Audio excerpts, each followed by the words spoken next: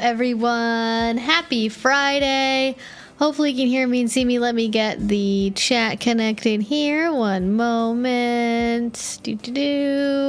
Hope you all are doing well. It is an unusually sunny day here in Portland, and it's going to be sunny and kind of cold this whole weekend, and I'm sort of excited about it, but I honestly don't even know what to do with myself. I'm like, sunny in January? What do? I don't know.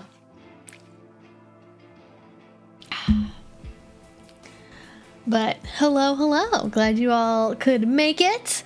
Let me go ahead. What is this? What is YouTube telling me? Oh, I don't need that.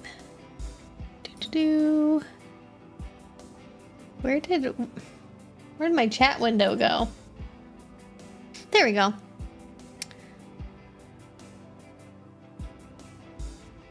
Oh, Sean, no worries. I hope that things are going well. It will be better soon. I don't know how much it costs to replace a car transmission, but I'm confident it's not cheap. So good luck. Hopefully that ends up being okay. We have a story from Sean in my FetLife inbox to share. Yes, good evening. Welcome. Wind chill this morning was like 17. Okay, it's not that cold here. It's like 40 something, but it's comparatively cold because normally the whole winter here it's like 50 degrees and raining. So sunny and 47 is different enough to note. Although I don't even know if we're going to get any snow this year. I feel like January, February is normally snow season, and it's not looking good for that. All right, I'm going to post a link here on Twitter real quick, and then we will get into it.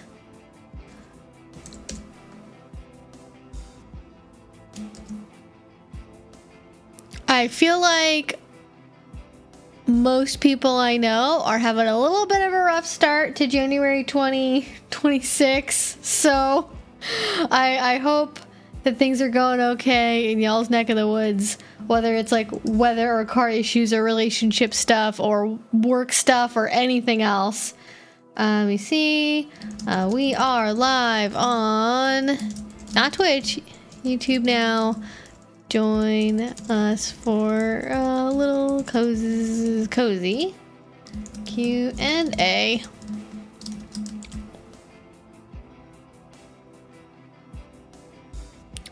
Oh, I need the actual link to the stream, not just my channel. That's not gonna work.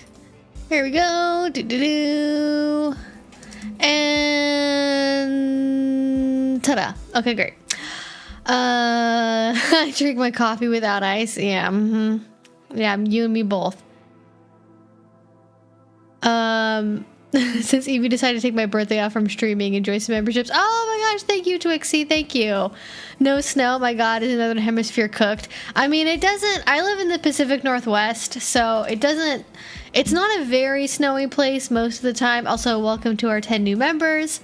Normally around here, it's like 50 degrees and raining. It normally snows like once or twice a year at like, you know, low elevation and sea level. Up in the mountains, snow's actually been really good. Lots of really good snowpack this year in the California mountains. Not sure how it is comparatively in the rest of the Pacific Northwest. I just heard it from California because apparently it's like pretty remarkable in terms of the reservoirs are full and things like that. But that's also how California goes. It, you know, droughts and then good years and then more droughts and then good years, and just basically what's happening is a cycle between droughts and good years again, like longer and longer and longer. So hi everyone, my name is Evie Lupine. As probably most of you know, I would love to know if anyone here is like totally if you just popped in and you don't know what kind of content I make, I would love to hear from you. If you've ever, just as a general note, if anyone ever comes into this live stream and they're like, I don't really know why I'm here, what is this? I love to hear from people like that, because this is, I feel like, very much a niche stream. I'm not playing whatever game is popular on Twitch. I'm not doing like general variety life, you know, vlogging, live streaming stuff. I'm here answering questions about stuff. And what I do specifically, I do a little Q&A here on Fridays at 6 p.m. pretty much more or less every single Friday. And we talk about kink, relationships, dating, pop culture news, social media, polyamory, LGBT stuff, asexuality stuff, all of that in this live stream. And we usually get stories from people. You guys ask for advice. I try my best to be able to help out. And we also get really good answers as well, typically from our community. We do have some basic rules. If you're not familiar, you can go to the description box down below, open it up. It'll have a little FAQ and some explanations in there. But more or less, I would really appreciate if you all could be respectful and listen to me and the moderators. Don't spam the chat. If you have a question specifically, if it's like emotes or whatever, that's fine. Like, use the emotes, you know, do that kind of thing. Totally fine. Not really a thing so much on YouTube as a stream culture, but that kind of spamming is okay. Specifically, the no spamming stuff is because this is a Q&A. I try my best to answer every single question, and if you ask the same question 10 times in a row, I'm not going to see it any sooner because I typically answer questions in the order they come in or from super chats first. So if it's not one of those things, you asking it 10 times in a row, the 10th time I'm going to see like further in the future than the first time you asked it. So I give people an opportunity during the last like 15-20 minutes of the stream to re-ask questions in case I didn't get to something. But if you want to make sure I answer it, instead of spamming the chat, you can use a super chat. You can use Streamlabs down below. Any dollar amount, doesn't matter. It'll pop it up on stream. You guys will see the question, and then I'll answer it as soon as I'm done with whatever I'm currently answering. And that's more or less what you need to know. I don't answer, obviously, like super personal questions. I'm not going to give like medical advice. So if you want to know about like, hey, Evie, like theoretically, if I went to a dungeon and my partner broke her leg, what should I do? I'm not gonna tell you how to set a bone or use a tourniquet. I'm gonna be like, you should tell a DM and then like call for medical support or the, whatever version of that, whatever that is in your country, do that version of that thing. Is what I'm going to tell you. So unless it's that, just be polite and we'll have a great stream together. I typically stream for about 2 hours. Also, really big thing too, I was like, I knew I was forgetting something really important.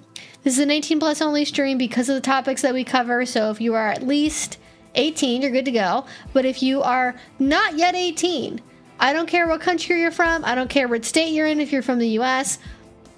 You have to be at least 18 for my rules, for my place, where I live. So please do not ask questions or participate if you're like 14 years old. This is not an appropriate resource for you. This is a space for adults. Talk to other adults. And when you're an adult, you can come back. But if you're not one, please don't be here.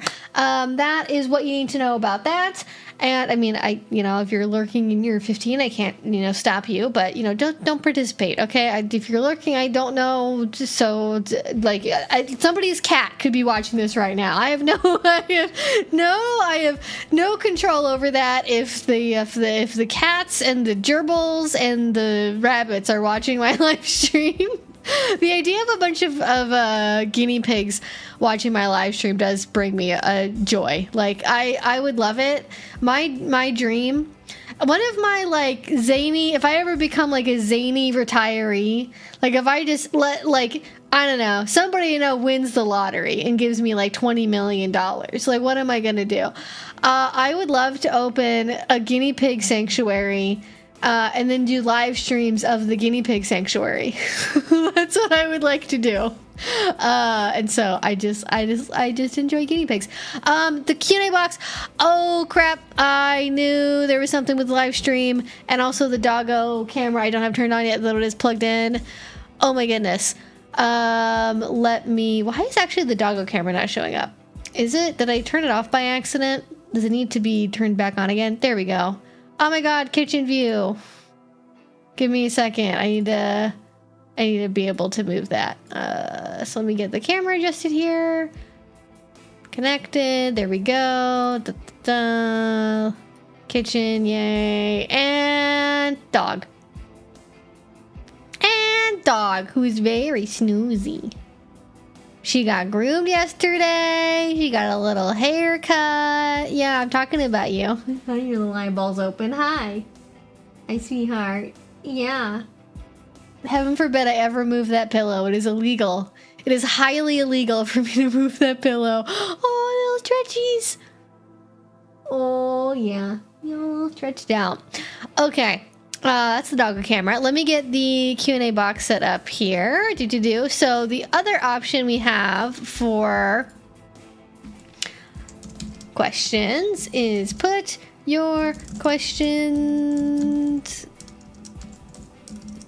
here. Woohoo. Okay. We have a Q&A feature. It's like a new thing that YouTube's been doing the last couple weeks. As you can see, it's now up there. It's a white box at the top of the chat. Typically, depending on your browser and app configuration, and I don't know what they look like on every possible service and device, but it should be, from my view, using Google Chrome. It's a white box at the top. If you use that, it'll put your question in like a special queue, and it'll highlight it for me, and so I'll see it. But the downside of that is the general chat can't see your question. So if you want to maybe crowdsource an answer or get multiple opinions, good way to do that is to put it both in the Q&A and to also put it in the general chat.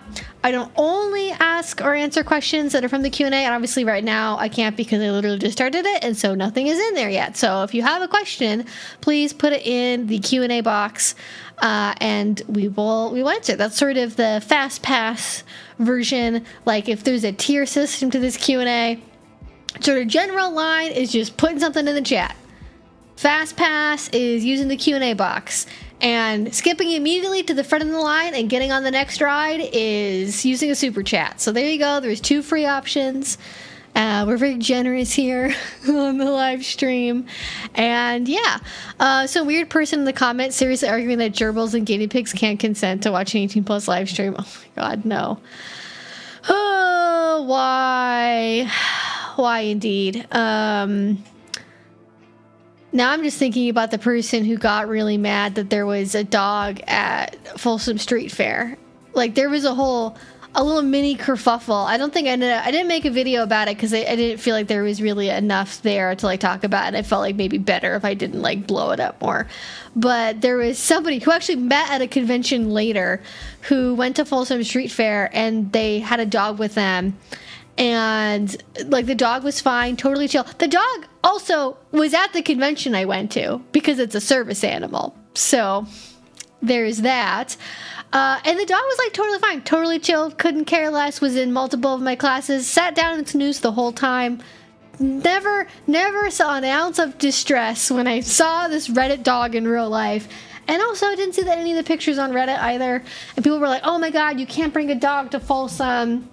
You know, it's you know, they can't consent to seeing all that stuff. And it's like, okay, you can make an argument about not bringing your pet with you to Folsom Street Fair. 1, if it's actually a pet. And 2, if they're not good with crowds, they're not good around people, they're not really well trained. There is a world of difference between taking a reactive, untrained dog like to an event that you've never gone to before, that is a community you're not a part of, and just to go be a tourist and not giving a fuck about what happens, and having essentially a medical device, because that is what a guide dog is, or not just a guide dog, but there's like just like a service animal, right? Like a service animal is a medical device. They're very highly trained, especially to deal with things like stressful scenarios in crowds. So if you're thinking the animal's going to be distressed,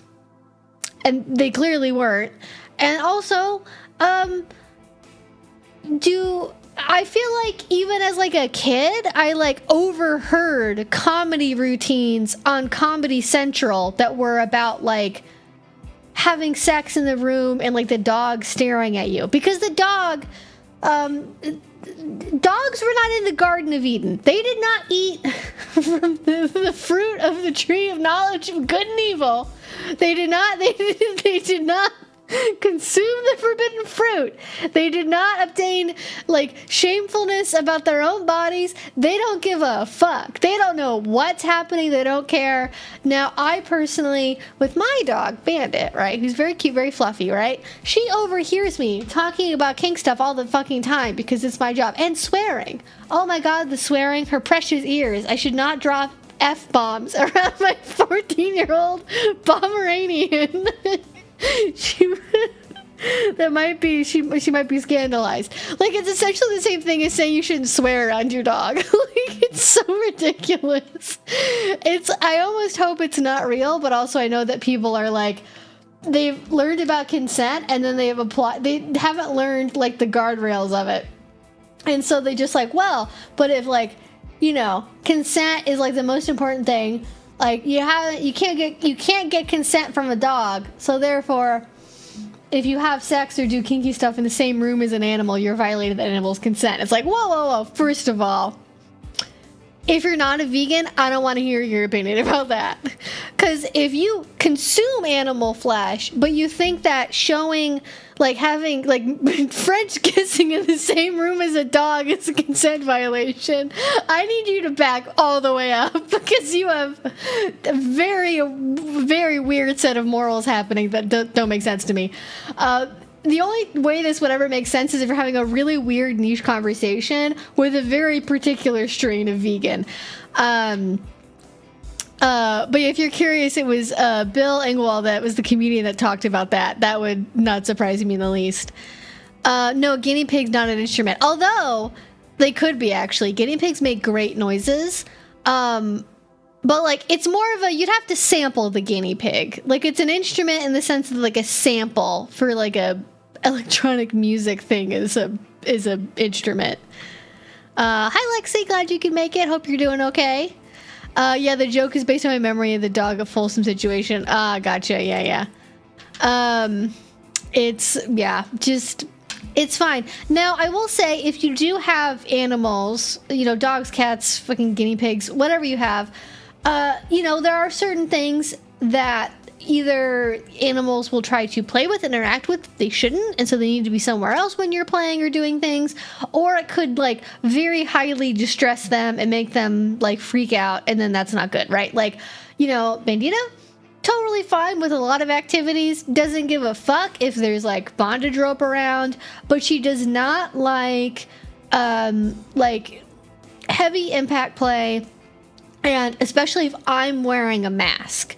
Not cool with that at all. Like, the impact play, she's like a little nervous because she's in the other room and she hears loud noises that don't really make sense, and she's like, what's going on? She can get a little freaked out, especially because she's not really, if I'm in this apartment, she's not used to not being able to see me, so I generally, like, don't do impact play, like, in this apartment just because of that. But with things like a hood, she's not like that. Like, I have like a very sad memory of, like, the first time I wore a hood, because at the time I was living with another dog who, like, didn't care about that at all. Didn't faze that dog whatsoever. And with her, I put it on, and she was, like, cowering in the corner, trying to, like, become a bottom feeder fish, like, flushed to the ground, like, wanted to get as far away as possible. I was like, oh my god, my baby doesn't recognize me. It's so sad. So we don't wear hoods around the dog. So there are ways to be more responsible, but it's about actually reacting to the animal's stress level that they're telling you is there, versus making shit up to be mad about. Because there are more important things to worry about in life, I will tell you that much. Learned the hard way not to be tied or untied in front of my cats. One of them tried to climb me like a tree to get to the end of the rope. Oh no, especially with a cat. Oh god, that's awful. Yeah, I only ever briefly lived with a cat because I'm allergic, so I haven't had too much experience with that, but I know plenty of people, like, even with dogs, this can happen. They don't usually try to climb up you, but, you know, the rope it's flying around, it's colorful, so they try to chase it, they try to grab onto it, they bark at it. Like, I lived with a dog for a while where, like, you could get him to settle down around rope, but he would definitely be reactive if there was a lot of really active, like, I don't know, active rope handling where you know, like bits and pieces would, you know, were flying around everywhere. He thought it was a game. And so he had to be somewhere else during rope time. But yeah, we just, you know, there are ways to be considerate. And ultimately, a big part of that is so you don't get injured, right? Because it's like, you know how dogs don't realize that, like, your foot is inside of a sock? And so when they're little, they might try to, like, bite your sock because they think it's a toy. They don't realize that your foot is inside the sock. Like, it's kind of the same idea. Like, they don't really realize, like, the rope is on you. And so they might try to, like, claw it and bite it, and they could hurt you. Or, you know, just it's uncomfortable for, you know, everyone involved. Like, it just, you know, don't want to be mixing playtime and all that. Yeah.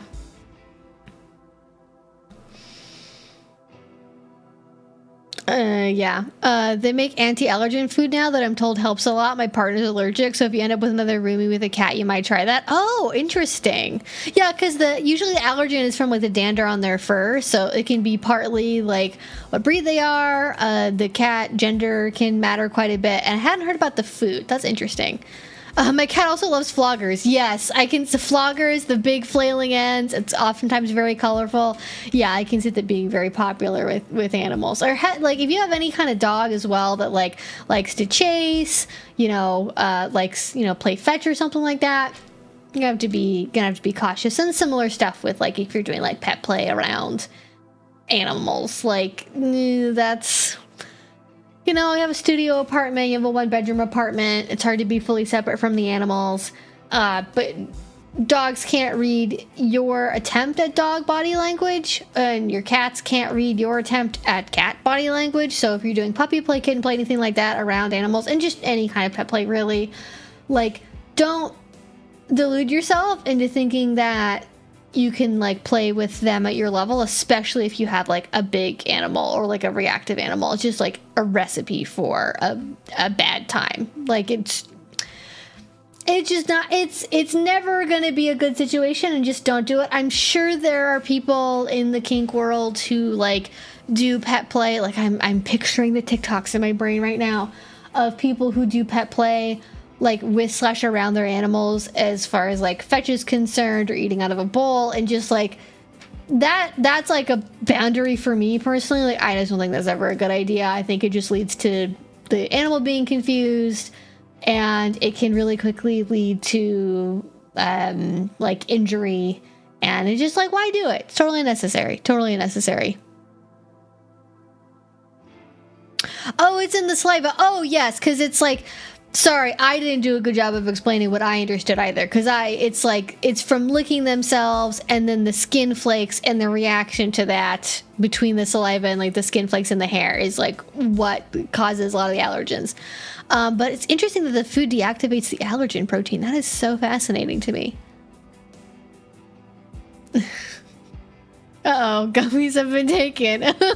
Well, Twixie, you're going to be in for a ride. I don't know if it'll hit before the stream is over, but good luck. If I have my pet play, tails or ears any reading my cats, they're grabbing it and running off with it. Yeah, I mean, that's a good lesson. So you learn that pretty quick, not to repeat that, I imagine. My boyfriend likes puppy play, but we have no dogs, just cats here. More him than me.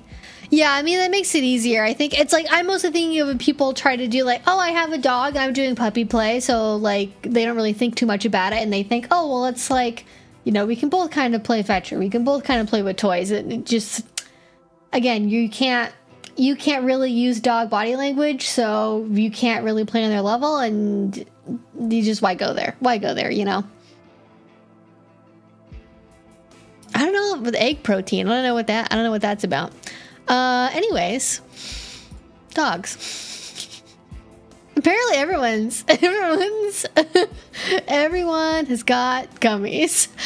The universe is apparently telling me that I need to do a, like, 420 Blaze It edible stream. I don't even know. What would I do? Okay, if I was going to do, first of all, I'm not going to do it on YouTube. It's going to be a Patreon thing. Because I don't want to do anything that could, I don't know, damage my YouTube channel.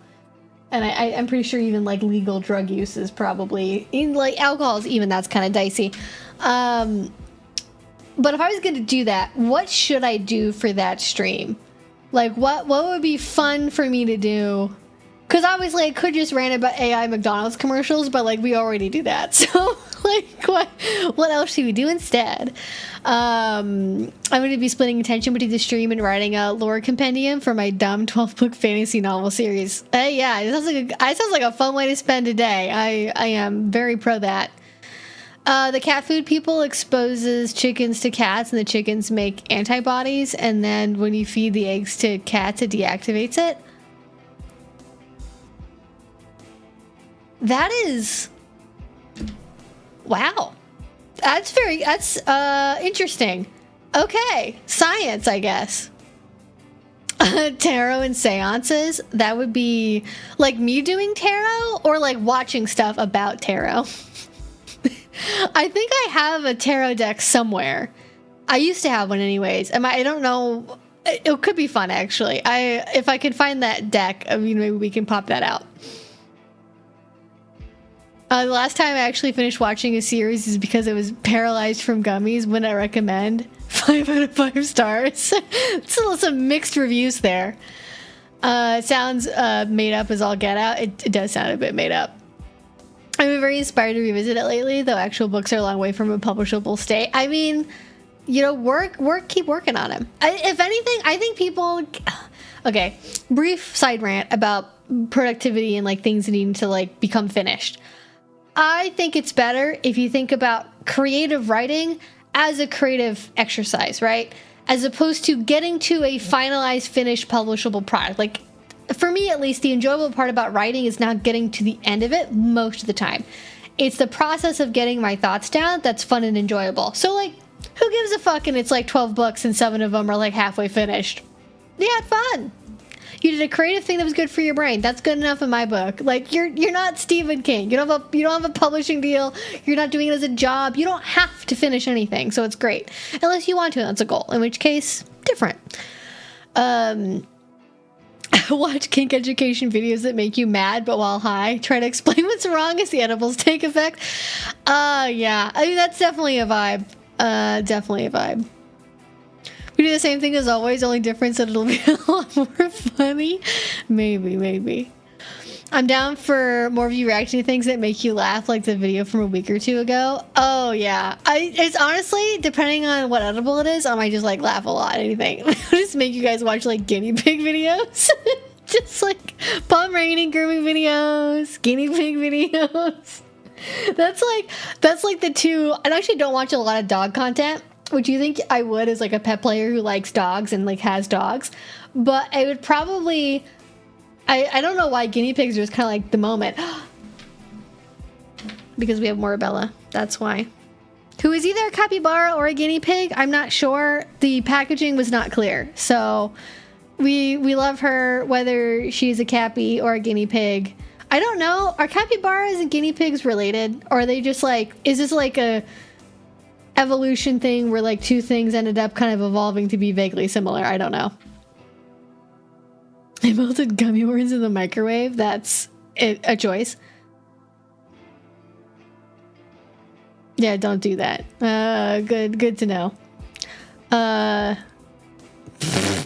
don't know if you meant that in milligrams for like an edible, but that's a ridiculous amount. I think I would just die, I think, if I took that much. I don't think my body could handle it. Anyways, let me know your thoughts about future stuff. I don't know. I guess I feel like I don't want to do something for 420 that feels like exceedingly lame. But now I'm just curious. I mean, it is a Monday.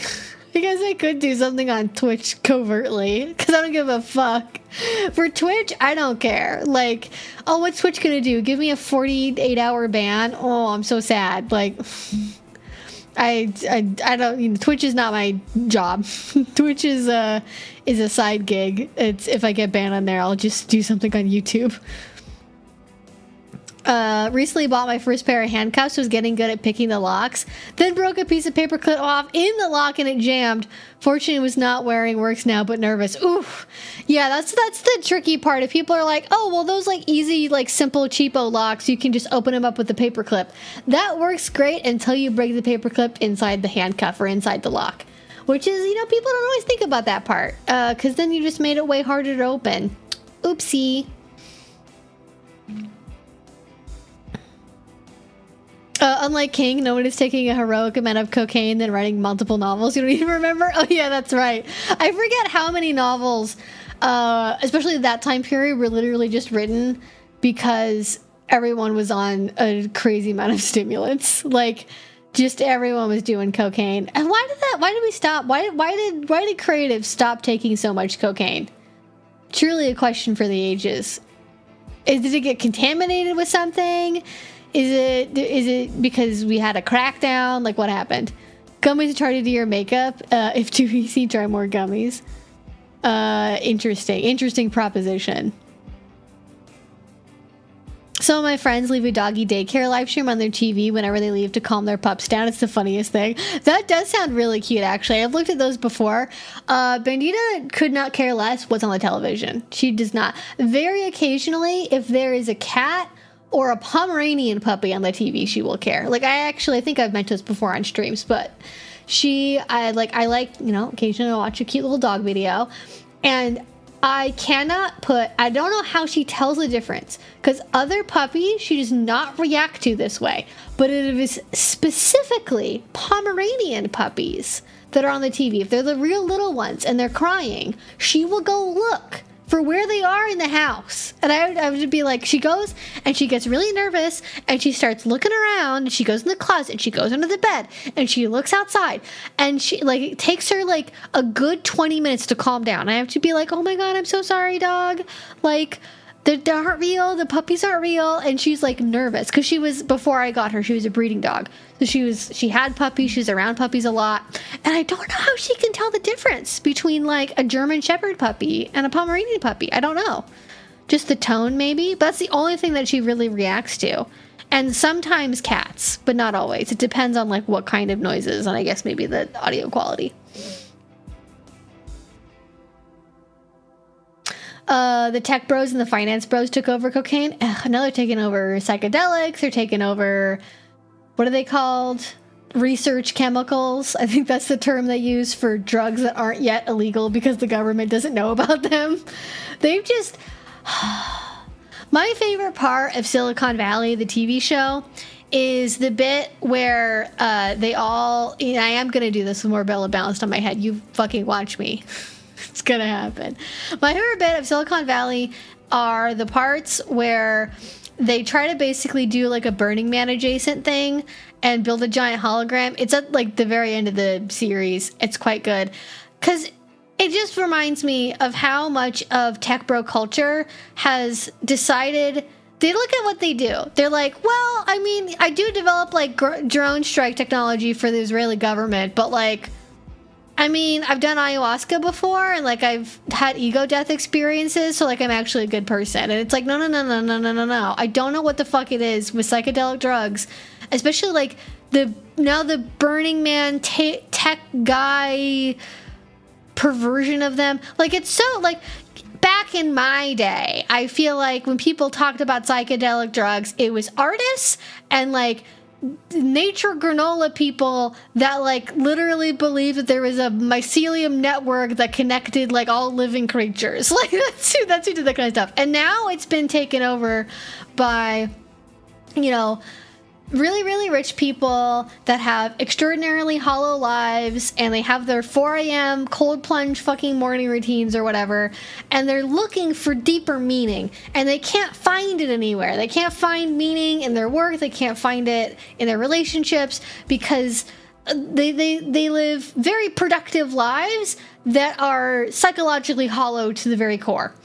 And they try to replace that feeling of fullness with having psychedelic drug experiences to make them feel better about their lives. And because drugs aren't magic, and they don't actually reveal any secret hidden truths, and maybe they just lack introspection. So they like maybe they have no internal view, and so they have to have drugs to have any kind of introspection. But they don't do anything with the introspection. If it had meaningful, deep connective introspection, they probably wouldn't be making drone strike technology anymore, would they? They wouldn't be working for Lockheed Martin. But they do, and they keep doing it, and they keep making the planet worse, and it's because drugs don't do anything magical. They don't make you a better person. They don't tell you anything that's not already inside your head to a certain degree. It's not revealing any hidden truths of nature unless you don't think about things regularly to begin with. It can't help you. Like, I know there are people that are helped. I realize I'm saying this in a very specific way. There's a huge difference between, like, I found the hidden meaning of the universe because, like, I did DMT, and, like, you know, using, you know, certain things like here, like psilocybin is legal for supervised medical use, and that can help unblock some things. It can help with like neuroplasticity for like depression and PTSD and things like that. I'm not talking about that. I'm talking about people that like pretend that they're good people because one time they did DMT with like Joe Rogan. It's just so ridiculous to me. Yeah, every techno billionaire gives off a vibe that says I was a loser in high school and now I gotta overcompensate and try to make myself seem cool. But like, they're not even like sympathetically uncool people. Like, there's like uncool people who got bullied in high school because, you know, they were nerdy and they weren't good at football and they got shoved into lockers and they were sympathetic, you know, they were good people, but they just were like not with the popular crowd, and they got picked on because maybe they didn't dress well, or they didn't have a sense of style, or they were too smart or whatever. No. I think most tech billionaires, they were losers, and they should have been bullied harder, because what they got out of that is that people weren't my friend. And please ignore the fact that it was because I was a rude asshole. People are my friend, and it's because I'm an oppressed minority as a gamer boy. Like, that's what they took away from that is actually being a gamer boy is the most oppressed that you can be. Like, yes, I have $1 billion, but it'll never heal the wound inside my heart from the fact that Lucy rejected me going to prom like 16 times in a row.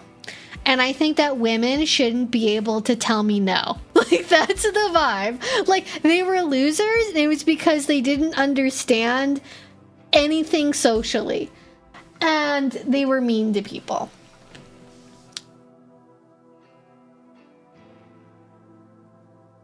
Mm-hmm. Yeah. It's just very proto. Yeah, very proto incel. It's very proto incel. So don't be a proto incel. Don't be a regular incel. Don't be any kind of incel. Actually, it's not good for you. It's not good for the people around you. Through my appreciation of indigenous religious practices and 60s drug practices, I have achieved enlightenment is to maximize the value to the shareholders or go public and become rich. Exactly. They're like, I love being in my San Francisco, hilltop ranch where I can overlook the bay. And I did a spiritual journey with, I don't even know what term they use for. They probably have a term that's like Sherpa. Also, they do the same thing with going to Everest, by the way. The fact that billionaires like pay to go to fucking Everest to then die on Mount Everest to say that they went to Mount Everest is very funny to me. Very silly. Like, yeah, I don't have any really like hiking experience, but like I'll just do Mount Everest. It's like, why not? I can just like pay for a trainer, it'll be fine. They fucking eat dirt in Everest and then die. But I don't know what the term they use is. Maybe like spiritual guru, spiritual healer, healing guide, trip guide. I don't know what term they use. But they're like, oh yeah, I went to this indigenous spiritual healer in the Peruvian mountains. And now I'm great and I'm perfect and I'm amazing. Like, no.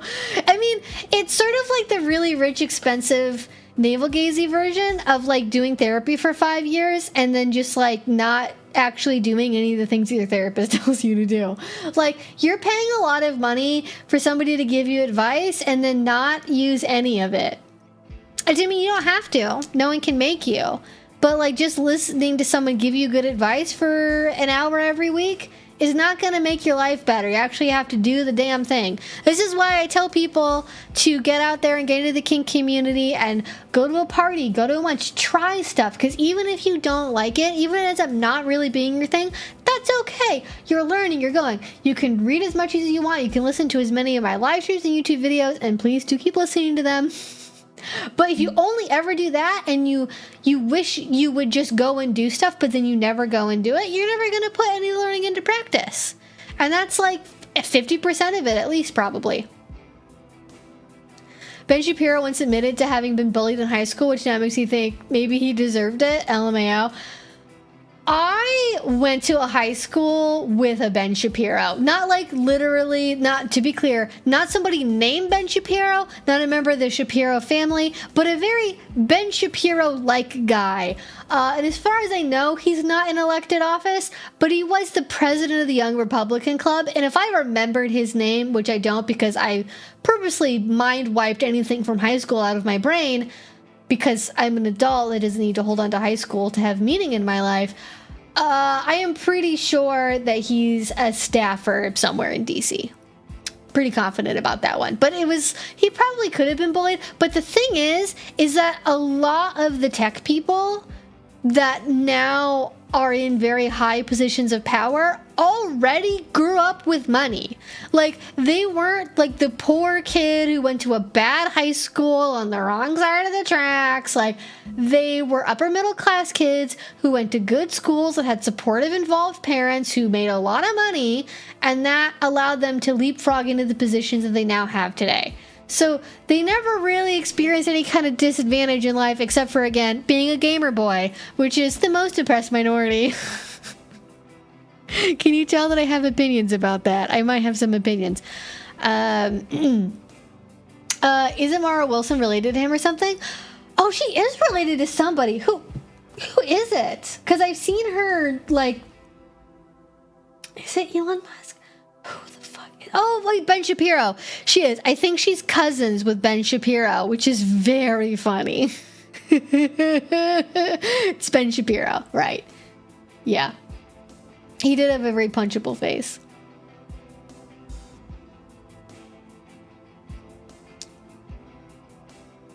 Yeah, they're cousins. There are a lot of Lexis, but we love it. Lexi's a great name. All right, let's get to some questions. I'm checking the Q&A box. Again, if you'd like to make sure I answer your question, please put it in the chat. I try to go in order, and also using the question box kind of puts it in a special zone, and I will see it right away. So a question from Imperium.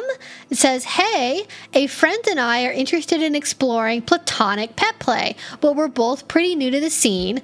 Is there any advice and resources we can get on the best way to explore a platonic dynamic?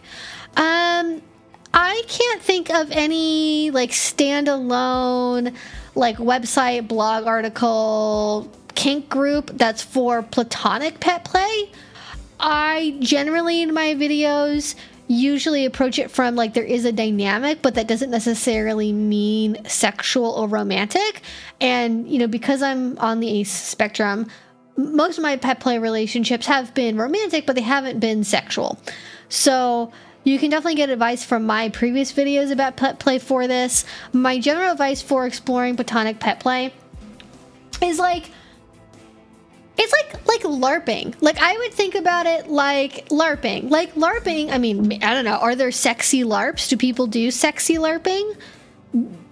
Titillating, erotic LARPing? I don't know. I don't know if they do. So maybe I shouldn't say that definitively. But it's like most LARPing, and that it's not romantic, it's not sexual, it's not meant to be an orgasmic experience for people. You're having fun, being creative and improvising with people in a judgment-free, low-stress, relaxing environment.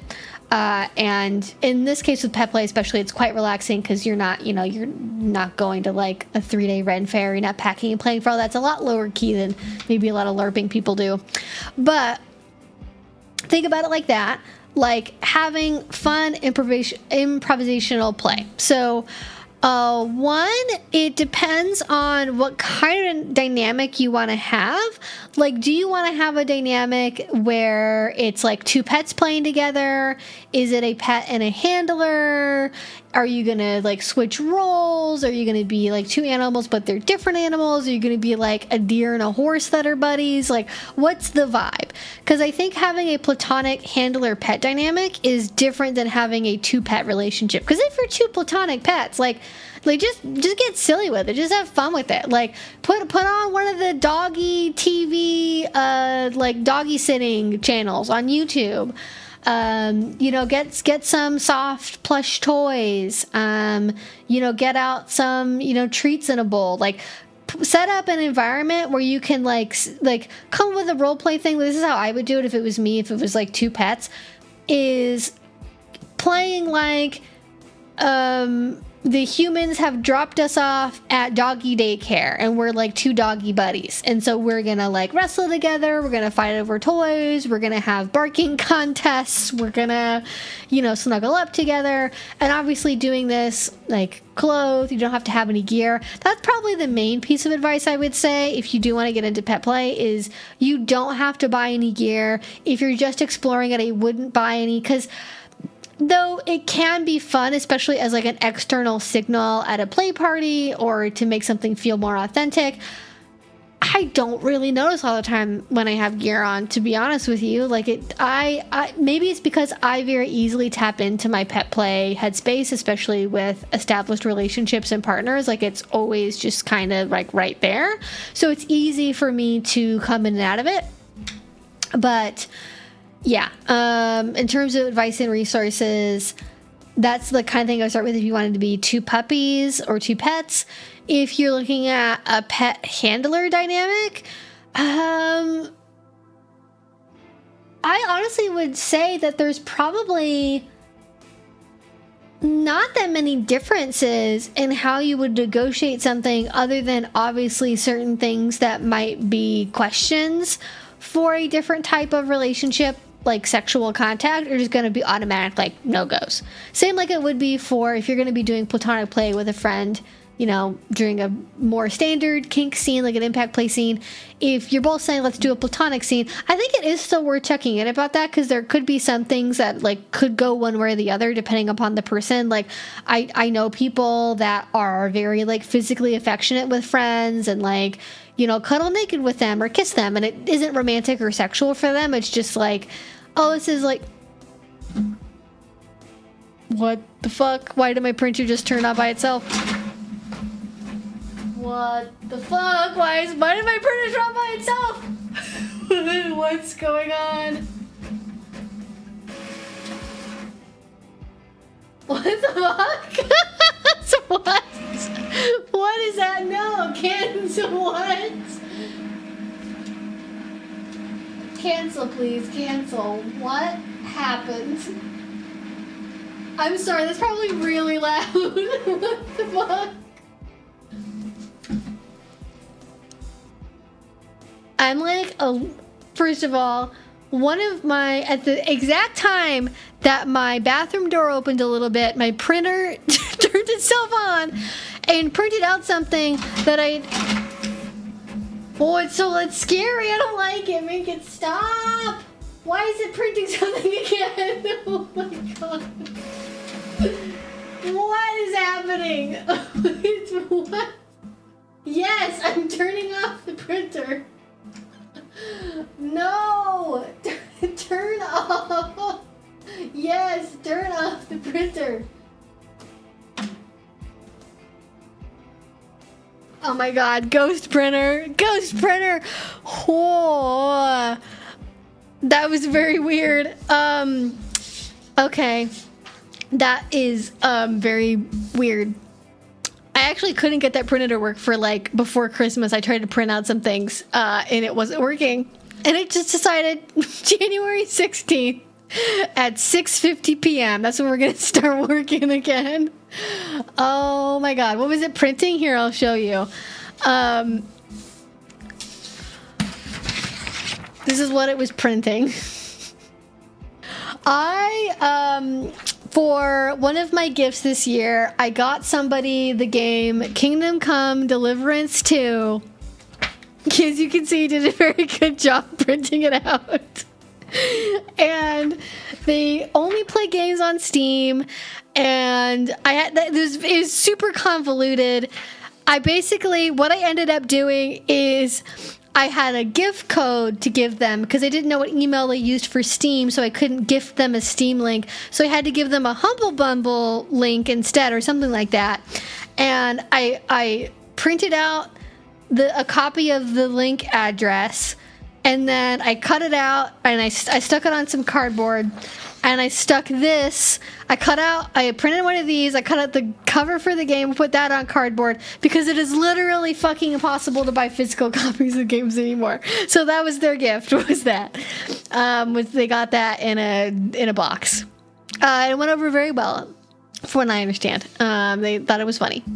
I thought it was funny. It entertained me. But it took me forever to try to print it out because my printer wasn't connecting. And I don't remember what I did. Did I go to a print shop or something to get it printed? Somehow I ended up making it work. Somehow I ended up managing to print a copy. But I think these were just in my printer queue for like the last, I don't know, almost month at this point. Because I printed it out on like the 20th or something. That is very interesting. For saying that your printer's making a call for the crusade. Maybe.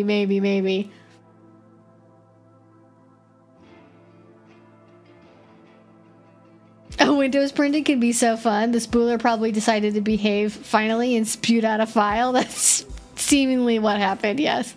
I assumed you were getting a fax from a tech pro. I also was like, oh my god, I don't even know if this has a fax number. I don't think I have a fax number. I don't know how that works.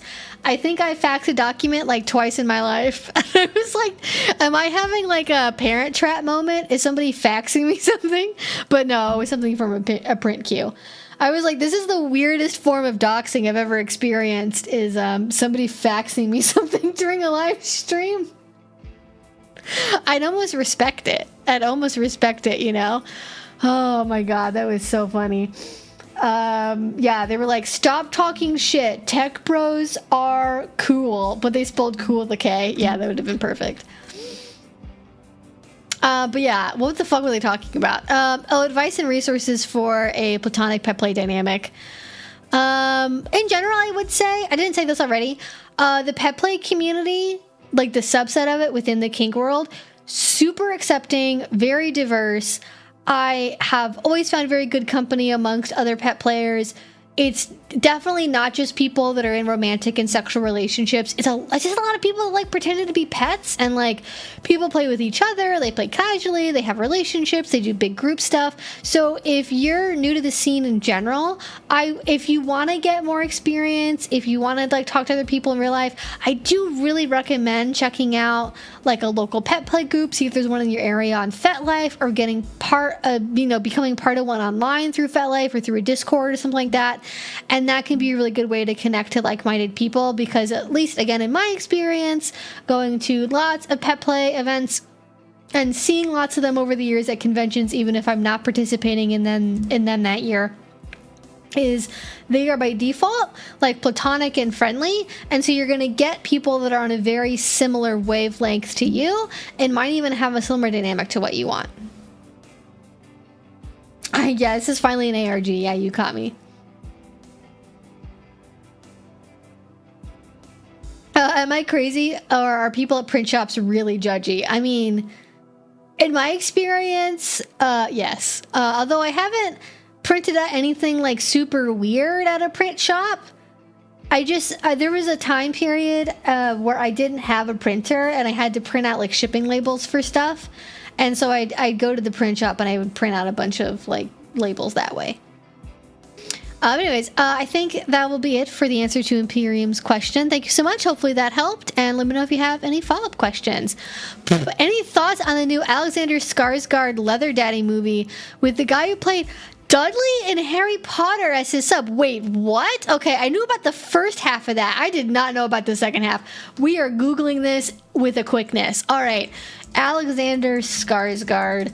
I have seen pictures of him on like the runway. Literally the first picture on Google Images for Alexander Skarsgård when you Google him, at least on my Google, and this is tailored to me, so make of that what you will, is him in what I think is a white leather halter dress shirt with a leather tie and leather pants and leather shoes.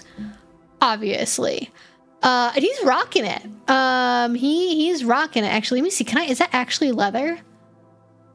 Show that to me. Is that leather? I think actually the dress shirt is regular dress shirt material. I actually don't think it's leather, but the rest of the outfit is leather. The tie is definitely leather. I don't know. I hadn't known specifically about the movie. Is it? I don't know how to pronounce this. Is it Pillion? Is this French? What is this movie? What is that? What is that word? How do you pronounce that? Oh my God, he's on a motorcycle, and this is a crazy movie cover. Do I have a way to show you guys what this looks like on this stream? Let me see if I can figure this out, because you all need to visually experience this. Give me a moment. I will try to figure it out.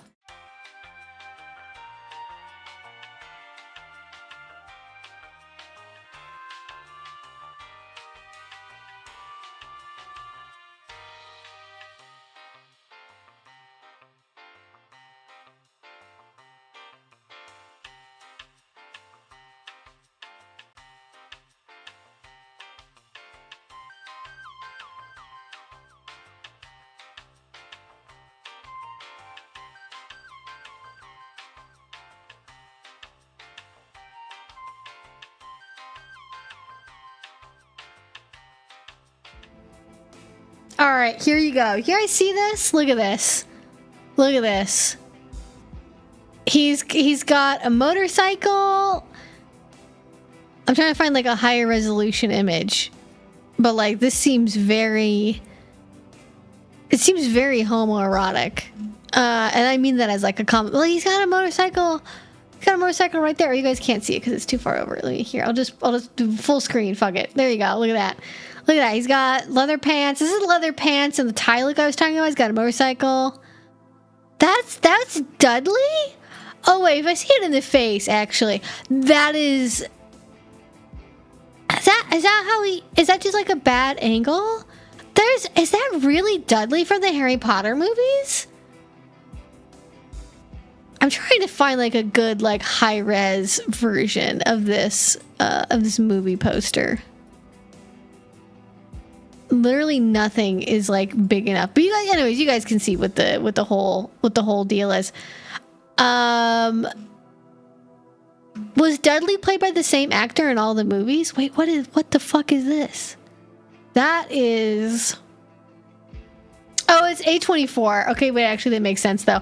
I didn't even clock the fact that there was like a locking collar in this, but I scrolled by it like 3 times. Oh my God, and he's a key holder. Look at that. All right. Has this come out yet? Has this come out yet?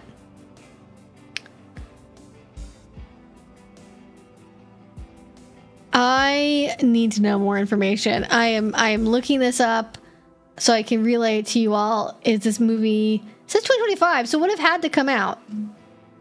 Has 100% of Rotten Tomatoes? What the fuck? Oh my God, it literally is certified fresh, 100% on Rotten Tomatoes. Wait, it says in theaters February 6th. Wait, so has it not come out yet? Why does it say release date October 31st, 2025? Wait, when did it actually go? When did this movie come out?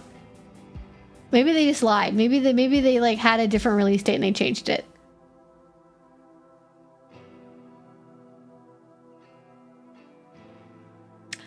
Oh my God, I'm finding this movie and we are doing a movie night and we're watching this. We're watching this. Oh my gosh, I had no idea. Where can I watch this movie? I would like to watch this movie. Tell me where it is, please. Where to watch? Boop.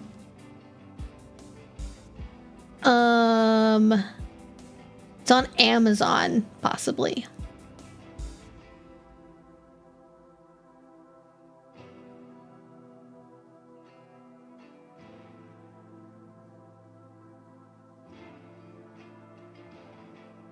Doesn't seem like it. Wait. Billions. It shows me Billions, which is not what I'm looking for. That doesn't look related at all. Maybe they lied to me. Maybe it's not on Amazon Video. Oh, here we go. Where is this?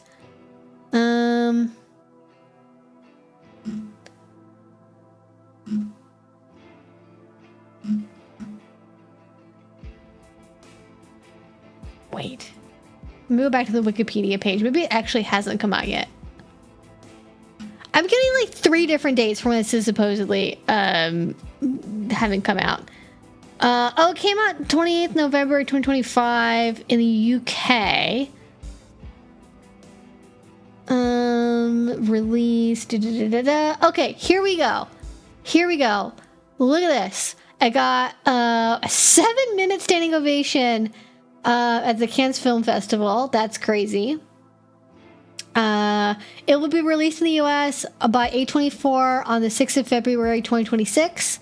It was released in the UK on streaming format on January 12th through Amazon, Apple TV, Chile, which is, I think, Italian, Rakuten, Sky, and the Virgin Media Store. So I probably can find it if I look for it. Like maybe if I set my VPN to be in the UK, I can get on Amazon, possibly. I'll look into that. But I would like to see this movie immediately. If it's 100% fresh at Rotten Tomatoes. It's a movie about BDSM. Like, that has to be like the best movie ever.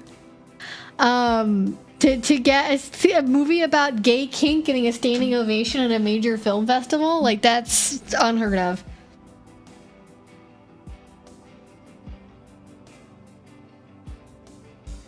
Oh yes, Sean's Story. Thank you for reminding me. When are we gonna watch it? I don't know, because I have to figure out if I can even find it on my internet. Because it's not technically released in America yet. It won't be for like another month. So, and then I don't know if it's getting released in theaters starting on the 9th. The information wasn't clear, or the 6th or whatever it is, which is like 3 weeks from now. So, soon. All right, I'm going to do one more question, then we're going to get to Sean's story. And again, if you want to make sure I answer your question, you can put it in the question box up here, or you can use a super chat or use Streamlabs. It'll pop up on screen, and then I will answer it right away. Unless my printer decides to interrupt you, and, you know, I turned it off, so hopefully it won't do that again, but, you know, I don't have control over these things. They just happen to me. But anyways, I'm very pro. Very, very pro that. Would you schedule the gummy video for April 20th? Well, I wouldn't be doing a video. It would be a live stream. So I wouldn't be scheduling anything for the 20th, but it would be on Patreon. But 420 is like a Monday. So I don't know. I feel like I don't want to do something specifically for 420 because that feels like really lame. But, you know, maybe that's an answer. All right, let's get to Sean's story. What's the movie called? I'm gonna type it in the chat because I don't know how to pronounce it correctly, and I'm assuming it's pronounced like billion but with a P, so pillion. I don't know. I'm not sure what it's a reference to. Pillion.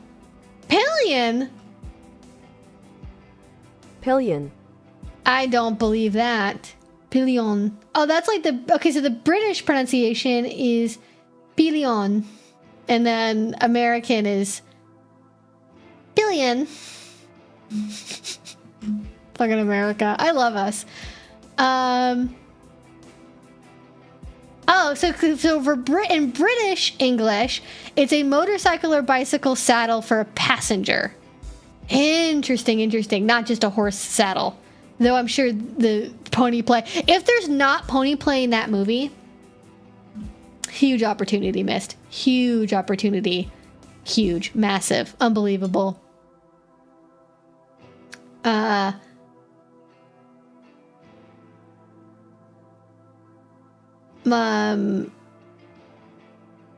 But yeah, something. Yeah, if you can find it, let me know. I'm very curious. All right, now we're doing Sean's story, so I'm going over to my inbox to get that. One moment here to get all logged in. It's already been an hour. Oh my goodness. Time flies.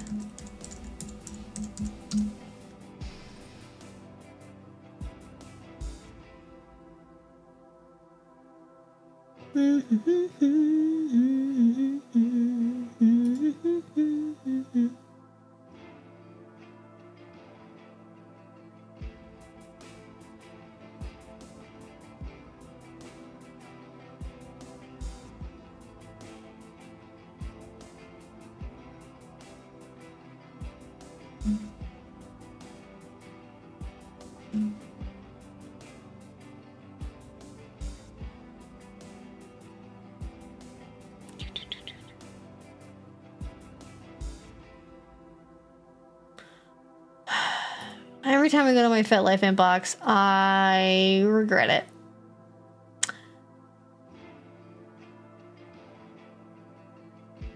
This is from Dernwin on FetLife. All right, so here is the story. All right, we got a little paragraph here from our live stream correspondent. Let me there we go. Okay. Club Edge was last Saturday. It was a bit weird attending as a guest again instead of a volunteer. I had turned down being a practice bottom so I could play at the booths instead of waiting for new tops looking to learn. My first stop was the whip booth. The session started off with a vigorous flogging by a separate person other than who was using the whip. Both of the booth tops know me from previous parties, so did not go easy on me. I was not warned when the flogging top and the whip top changed places. My brain was thinking, surprise! Yeah, I bet they were. The whip top is one of the best I've ever bottomed with. He is a master with floggers and whips of all sorts. The first few strikes of the single tail were whisper soft. He ramped up and it felt like he could have been doing Florentine. All toys used by him were single tails, dragon tails, and galley whips. The galley whips had me asking what he was using when he finished up.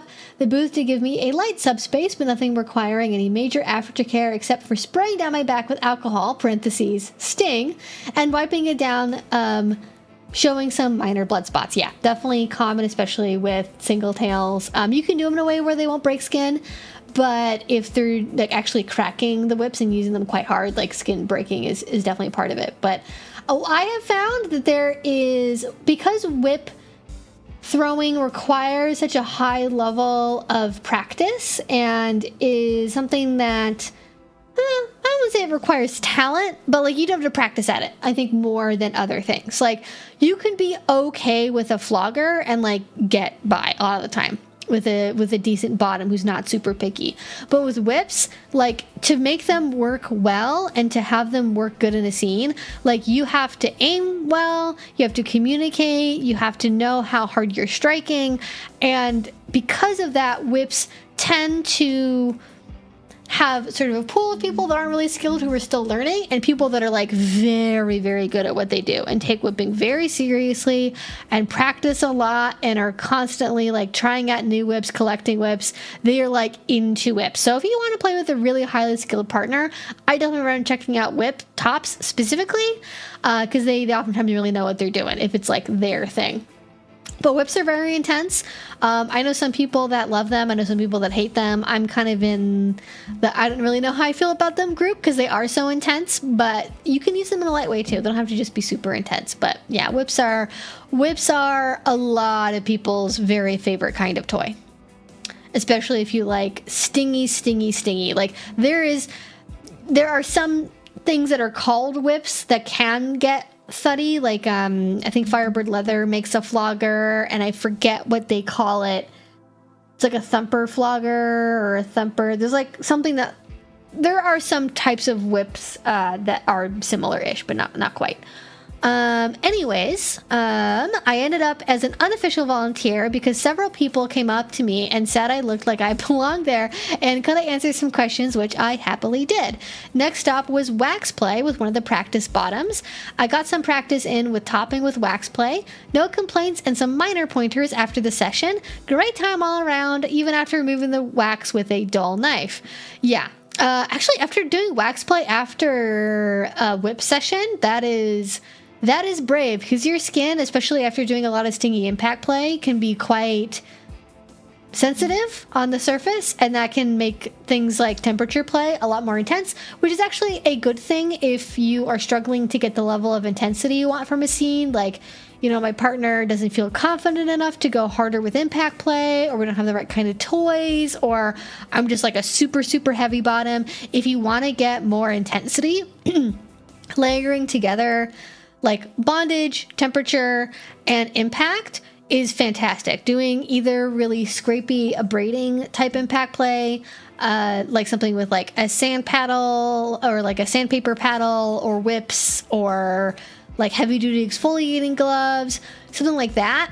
And then doing like bondage impact play on top of it is going to make it like really, really intense. So that's just general advice. While waiting for fire wands, I bombed for some electro with a, quote, souped up violet wand. I don't know what that could possibly mean. A souped up violet wand, I assume means like attachments, like specialized, maybe intense attachments, or maybe some kind of special violet wand that draws more power than the typical violet wand. Not my kink. Don't know a lot about that. Soon it was my time at the fire booth. The fire wands were relaxing after the whipping I had experienced. Yeah, I think actually people really underestimate fire play as like a fun, relaxing sensation play kind of scene. They can be fun, they can be relaxing, they can be intense. Definitely recommend shaving. If you're a hairy person, if you're a hirsute, I recommend shaving before doing wax play, and definitely before doing fire play, just to make sure you're not singeing your hair off or just lighting yourself up on fire. Changing things up to endorphin stack. Yeah, that's, yeah. A dull knife, butter knife has a variety of underrated DIY uses. Yeah, I agree. I put my candles out with my fingers and I get wax on it. Does that count? It's in the same wheelhouse, I'd say. In the same wheelhouse. Oh, what's Florentine? Oh, Florentining it's a style of oftentimes floggers, but also whips, where you are using a matched pair, one in each hand, and using them together as a set. I don't know how to Florentine flog on my top, don't at me. To rhythmically use them, so there's like a continual flow of sensation for the bottom. And it's a whole special technique. It's oftentimes very flashy for the dungeon. So sometimes people do it and it's like a show off, exhibitionisty kind of thing, but also can be a sensation thing as well. And a lot of people like the very literal flow state. It's like the most like actual flow toys that you get with BDSM.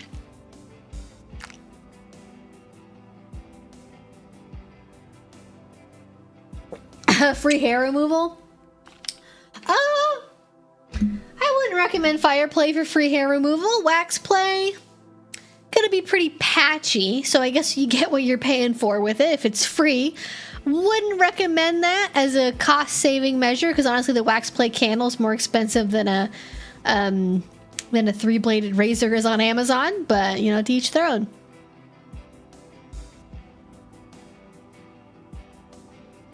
All right, last little bit here. The night ended back at the wax booth, where the booth top was hesitant to put wax on my back because of the marks on my back. Fair enough. After telling him it had been over 2 hours since I was whipped, I should have scabs already forming, plus the fire wands should have cauterized anything still open. He agreed, and suffice to say, my back was much more sensitive due to the impact play from earlier. Like I was saying, I suspected the wax removal could have opened some spots on my back, so I asked him to spray my back in with alcohol. Sure enough, there was the alcohol stain of open skin. I said my goodbyes to all my friends and wrapped up another wonderful night. Livestream correspondent Sean signing off. Thank you once again, Sean, for your delightful story and giving people a little bit of an insight into going to kink parties and the kinds of things that they would experience. I definitely say if you are thinking about getting into the kink community, you do not have to do as many activities as that example with fire play and wax and whipping and flogging all in the same night. Some people do that. It is not a beginner activity.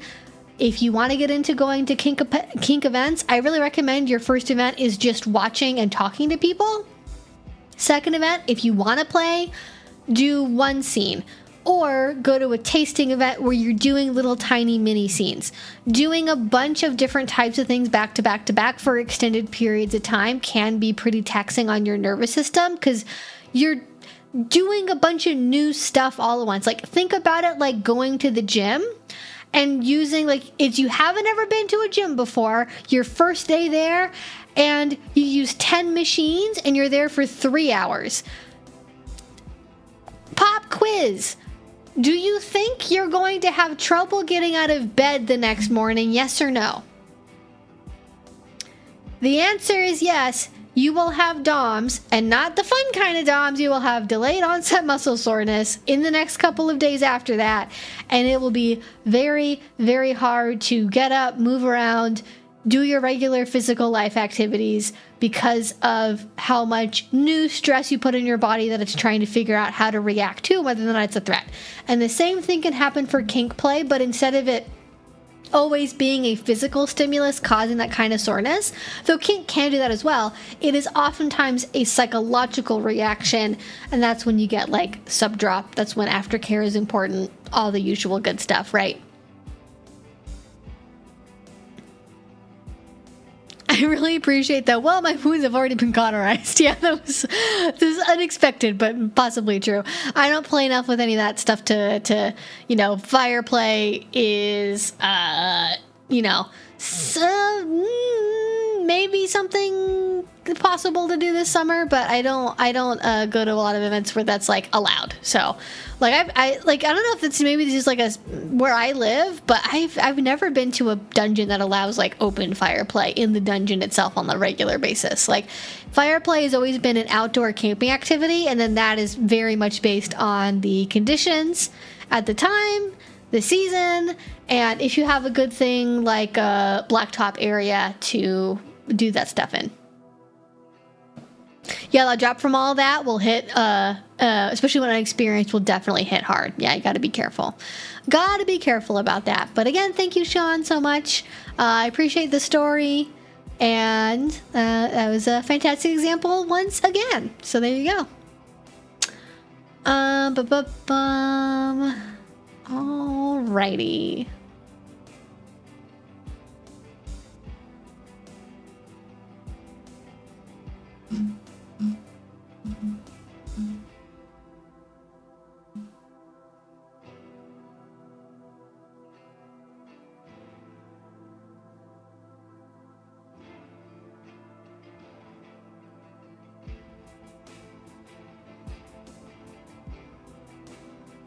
Alright, okay, I'm getting back over from FetLife, and let's get to some more questions. Oh yes, and Aftermath I thought I said this out loud before, but Aftermath pictures are on FetLife if you would like to see. Obviously, I'm not going to show them on stream because they're FetLife pictures, but if you would like to get some real-life examples of the aftermath of a kink scene, you can go over to Sean's FetLife page, which is Dernwin, and it is the same as his screen name, the first part of it. I don't know if my question was sent. This is the third and last time. Let me check. I might not have gotten to it yet. Yes, you are in the queue for the question section. I have not gotten to it yet. You're a couple questions down, but it is in there, FYI. Okay. Let's see, where am I? I met a Dom online.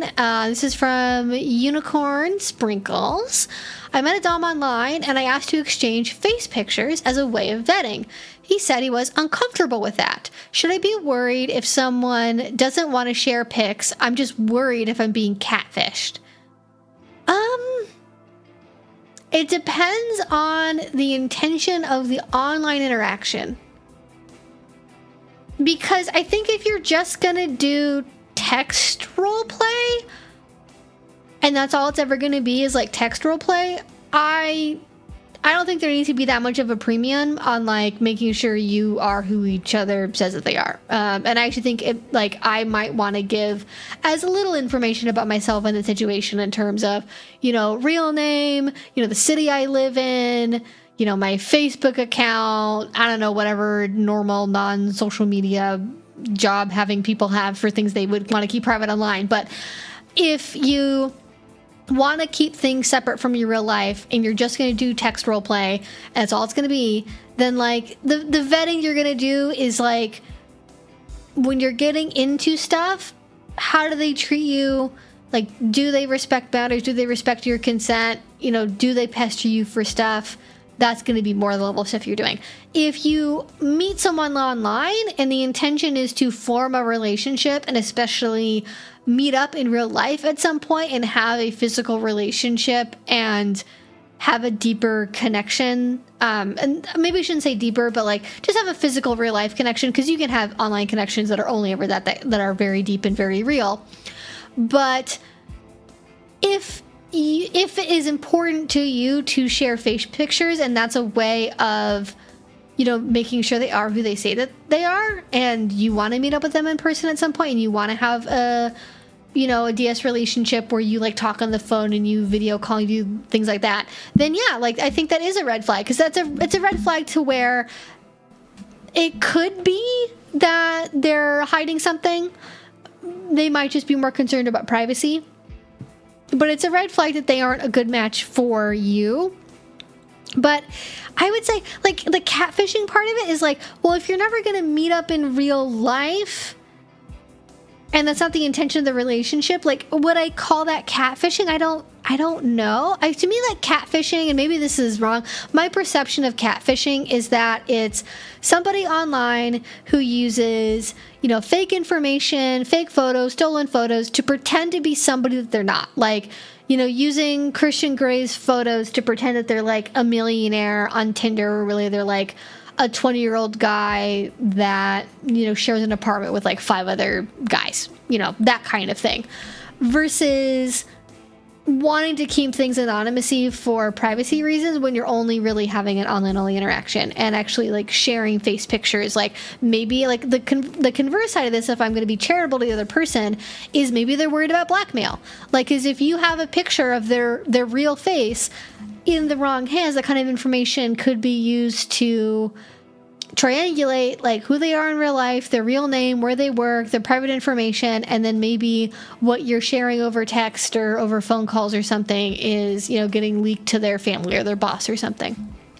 So yeah, it's a little bit of a tricky one, but I think if the intention is that you want to meet up in person, and that's like the conceit of how you've met, is that like, you know, hey, we met online, but we want to have like a real physical in-person relationship, then yeah, like you're gonna have to like share photos at some point.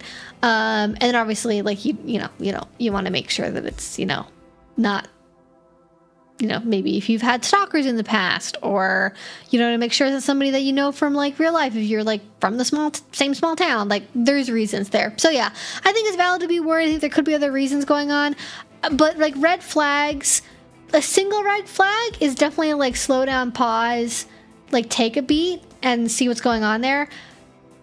If they're still really cagey about other information and sharing that with you, then at bare minimum, you're not compatible with how you want to have online relationships happen, or they could actually be like deceiving you about who they are. So yeah, good to be cautious, I think.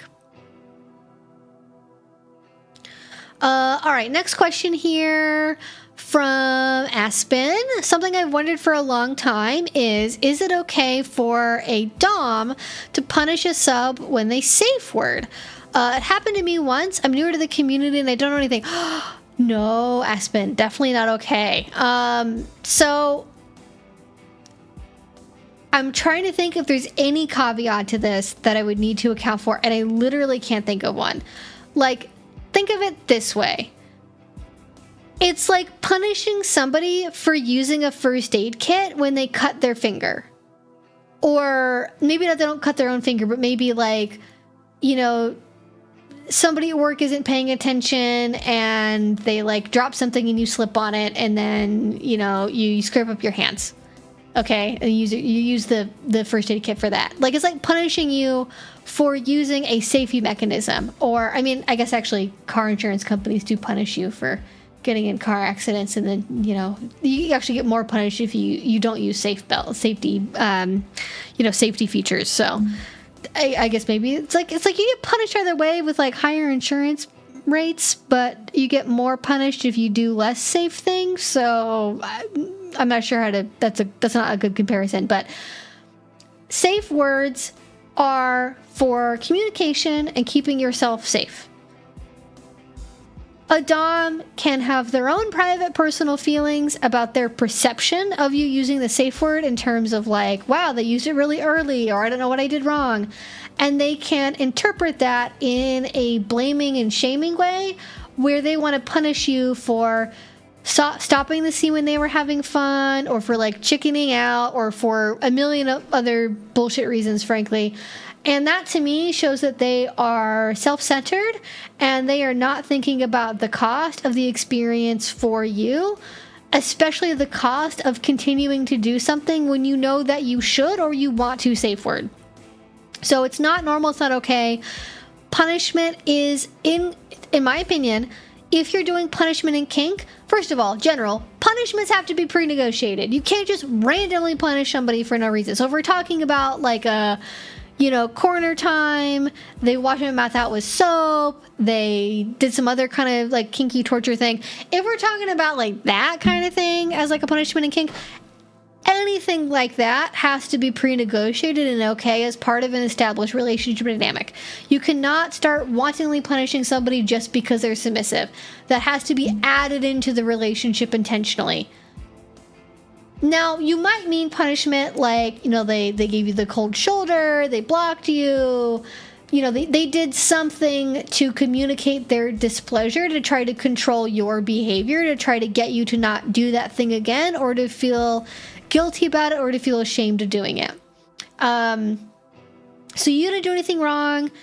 Using a safe word, it's there for a reason. It's your prerogative. And thank you so much again to Twixie for the, I think, was that 5 memberships? Thank you so much for the 5 new members, and welcome to the 5 new members. Thank you, thank you, thank you. You now all have access to the emotes. Congratulations.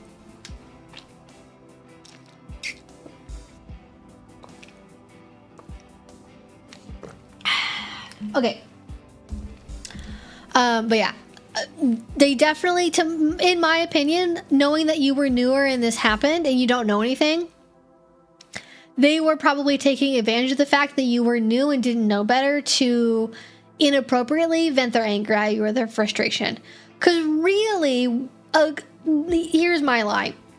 A good dominant, a good top, a good play partner, when you use a safe word with them, even if they're internally disappointed because they were really looking forward to the scene, they put a lot of planning into it, they were really excited about whatever, they'll swallow that and think, yes, I'm really excited, but my partner's safety and long-term enjoyment is more important than this single scene.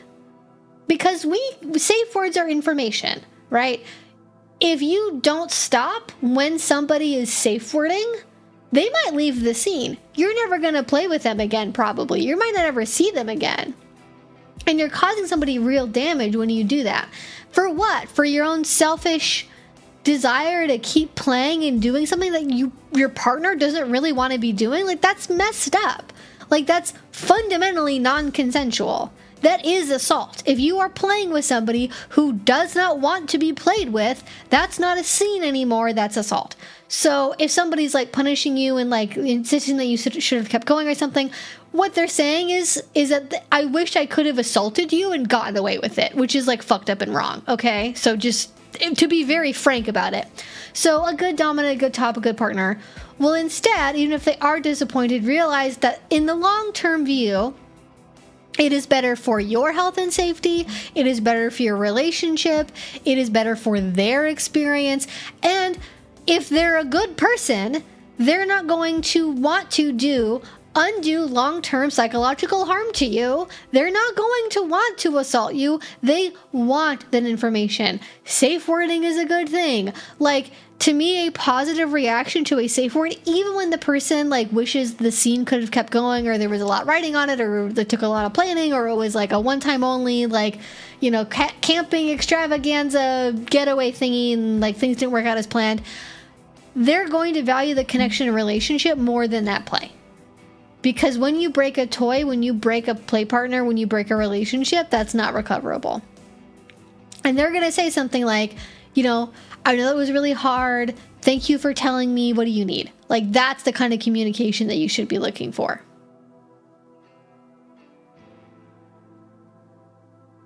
Emotional support werewolf. Yeah. I would love that. I'd love an emotional support werewolf. Where can I get one? Safe word has to be respected no matter who says it. Yes. Also true. To be very clear, I'm talking about this in the mindset that safe words can be used by anybody and should be used by anybody. So it was not okay. All right. Moving on. Next question.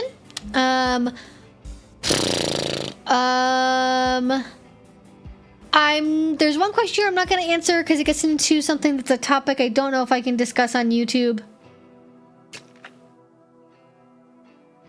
But Megan, I did see your question. I'm going to say that I think it's repugnant and it disgusts me and I'm very concerned about it. It's the short answer. Did my printer turn on because of ghosts? I mean, I can't prove that it wasn't a ghost. So that seems likely, I think. As we know, I also have a ghost light bulb in my bathroom that randomly turns on and off. So it's more likely than you think. Question from Marsty. Any experience with kneeling on rice? Was told to do it for 20 minutes? And the worst part was the weight on my legs. I have an idea for a scene involving a futomoma and rice. Maybe a bad idea. So I have. It's been a while because rice is messy and I have carpet. But I have done it before. I don't remember how long I was on it for. Maybe like 10 minutes. I don't think it was that long. However, I have pretty resilient shins. So there's a couple options here.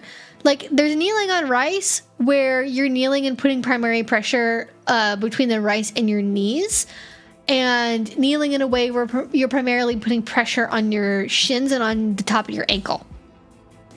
And generally when I'm kneeling, maybe this is also just like the shape of my legs, I don't know, I am primarily putting pressure on the front of my shins and on the top of my ankle, as opposed to on my knees themselves, which I think actually is better because then you're not putting as much pressure on like a very soft, squishy, like super mobile joint. I mean, the top of the ankle is also like a joint, but it's like the kneecap like floats around a bit because it's the kneecap and that's what it does. So I feel like it's a little bit easier for me to put more pressure on my ankle versus on the knee itself. And I think whenever you're doing something that's like brand new and it's a new scene and you're combining new elements, is to do it as like a little practice thing. Like, okay, maybe 20 is fine. I would set it up to where maybe you do a check-in in like 5-minute increments where you say, okay, let's do like for 20 minutes. I'll set an egg timer, that you can't see, that's like facing away from you, but you can hear it ticking. That's for like every 5 minutes, it's going to go off, and then we're going to check in, and we're going to see how it is, up to a maximum of 20, and then checking in every so often to make sure, like, okay, are our legs numb? And then obviously still having a safe word in place, so if anything feels like really, really wrong, scene ends right away. I would say doing it with a futomomo isn't a bad idea. I would recommend, if you're going to do it, when I've done it in the past, we've put the rice in like a really thin, like, I don't remember, it was like a pizza pan almost, kind of. Like a flat pizza pan. Like a really thin, low rim, large metal cookware object kind of thing. You could also probably do it on maybe like a mat. If you have a tarp or something you could use, this would be a good thing to do, just because you don't want dry rice rolling around everywhere. Regardless, either you're going to be picking it out of carpet or you're going to be picking it up from like the hardwood as it's rolling away, which if you want that to be the end of the scene, is the bottom going around to pick up the rice, then maybe that's fun for you. But if you want to keep it contained, or maybe you have pets and you don't want like a bird to eat a bunch of dry rice or something that they find in the ground later that you missed, keeping it contained in a shallow dish or something is a better idea. But I think doing a futomomo with rice like totally makes sense. A lot of people will do like other stress positions, shrimp ties, things like that, for maximum effect. But the experience can also be made worse if it's not intense enough by applying light pressure to the tops of the legs. If you like trampling, if you like boots, either with like, bare feet, socks, or with boots, pressing down into the tops of the legs to like force the person more into the rise can be good if you want temporary, like more intense stimulus. And certainly, doing something like a futomomo that's going to make the skin kind of like pooch out a little bit, because sort of sausage leg-y, right? That's why people call it like a sausage leg tie. So that can make it easier to dig into more of the skin, and because of the blood pooling that can also happen, it can also make it feel more intense. But yeah, I think the rice is fun. I think it's great. I think you just have to be careful about clean up stuff if you're concerned about an animal eating a bunch of dry rice that you forgot to pick up or missed or something. I put it in a thin Ziploc bag, keeps it contained, and you will still feel it perfectly. Oh, interesting. I would assume that the Ziploc would have, maybe it depends on the kind you get, because there's like freezer bags and stuff. So I would maybe do like get really cheap fucking dollar store Ziploc bags, I think. So it's really, really, really thin. That could work too. I mean, you could also do it on top of like tin foil, maybe could work if you could like layer it up or something, or like parchment paper if you could get like a roll of it.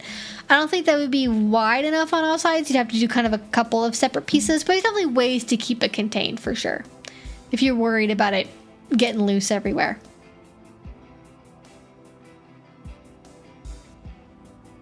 I know they also they make like acupressure pads. I've actually looked into this for kink stuff, though I don't know. I've never seen anyone use this for kink, although it's just one of those things where I'm like, it's gonna have a moment eventually. I really like the idea of using an acupressure pad, because they make them for feet, they make them for meditation, they make them in all different shapes and sizes that would work really, really well for kink, I think. So, maybe that'll be a trend. Check in 5 years. Were acupressure pads ever a trend? Let me know. All right, gonna check some stream stuff here. Are we good? How's the stream health doing? We're good. Excellent. Stream is healthy again. No, we're not quite at 15 minutes yet. We got a little bit of time. Okay. We're getting close, though. You haven't asked your question now. Now is a good time. This is from Astral Faye. Any advice for someone like myself who has felt a major disconnect lately from my personal subspace? So I'm not sure if what you mean is subspace, like altered state of consciousness from doing a kink activity, or like feeling submissive, because my advice for each of those is a little bit different. I'm gonna assume that what you mean is like a submissive headspace as opposed to like an altered state of consciousness, just like based on how you phrased it. But if I'm wrong, correct me and I'll amend my answers.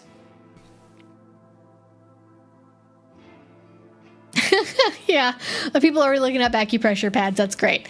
But if you're feeling if you're feeling disconnected from your subspace, I don't know. There's a couple of schools of thought I have about this. I think one is it's important to know like why the disconnect is happening, and I think the smart thing to do in the meantime is like step away, because like when you're in the middle of it, if you're trying to make subspace happen, it's going to make it harder, and then it's going to be this like downward spiral of like, I feel disconnected, I tried, I failed to get into subspace, now I feel even more disconnected, and then blah, blah, blah, blah. It just makes you feel really shitty about like yourself as a submissive, and like you doubt yourself, and like don't force it if you don't have to, especially if you're not in a relationship. Okay, that's correct. Okay, cool. So I would like take a step back, you maybe spend like a week or so, it doesn't have to be that long, like spend a week or so really trying to reflect on like what's been happening in your scenes lately, what's been happening in your relationships, maybe if you're part of the kink community, what's been going on there, like what sorts of feelings are coming up, like what maybe is like behind the disconnect, Is it like you're not feeling satisfied in scenes anymore? Is it just like kind of the new shiny has worn off? Are you not getting your needs met in your relationship or in your scenes? Is there a lot of like personal drama in your local kink community? Like, what's happening that could be bringing that up? Or maybe there's stress coming from outside. Maybe it has nothing to do with the kink itself, but maybe the disconnection is coming from the fact that you're trying to make this thing happen, but, you know, maybe you're not getting enough sleep. Maybe you're getting like, you know, 5 hours of sleep every night, and you're really stressed at work, and so you're just kind of disconnected from anything. I think if you're in the Northern Hemisphere, it's in the middle of winter, could just be some seasonal affective disorder kicking in. To be honest with you, the disconnect might not have to do with the kink. It could just be, if you're where I live and it's cloudy like 90% of the time from October to May, you're going to be struggling with like vitamin D and some vitamin issues, and maybe helping with that and correcting like health and nutrition is going to be good. But I do sort of a checklist. Like, if I'm feeling this is, I don't know if I've ever like sat and like really concretely like thought about this process, but this is what I do if I am like dealing with something like feeling off but not immediately being able to identify what it is. And like, I am a ruminator, I'm a reflector, I'm a thinker, so this like, you know, something I do quite a lot just by default in my brain. But I think about like, okay, what's going on at like a base physical level in terms of sleep, exercise, food, general stress.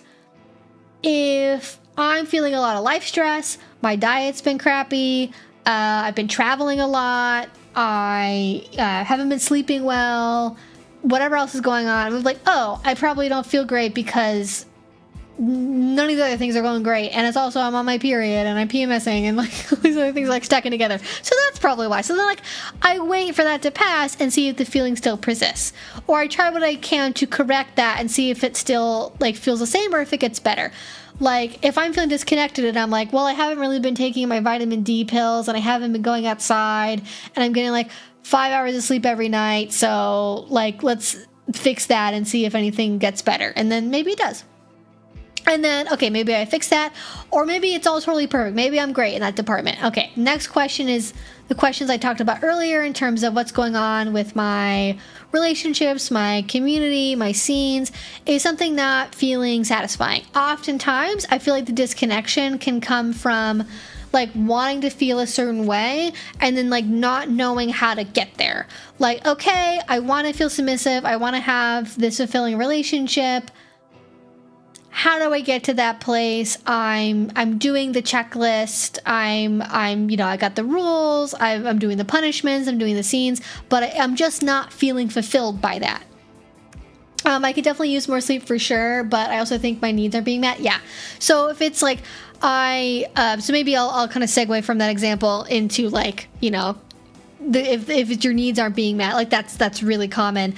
Is it because you're not asking for the things that you need? Or is it because you're asking and your play partners aren't facilitating those things happening, or you're just not clicking with the way that it's happening? Like, maybe you really want to do service submission, and for you in your head, that's like, I want to do like Victorian high protocol, and then your partner's like, I want sexy maid.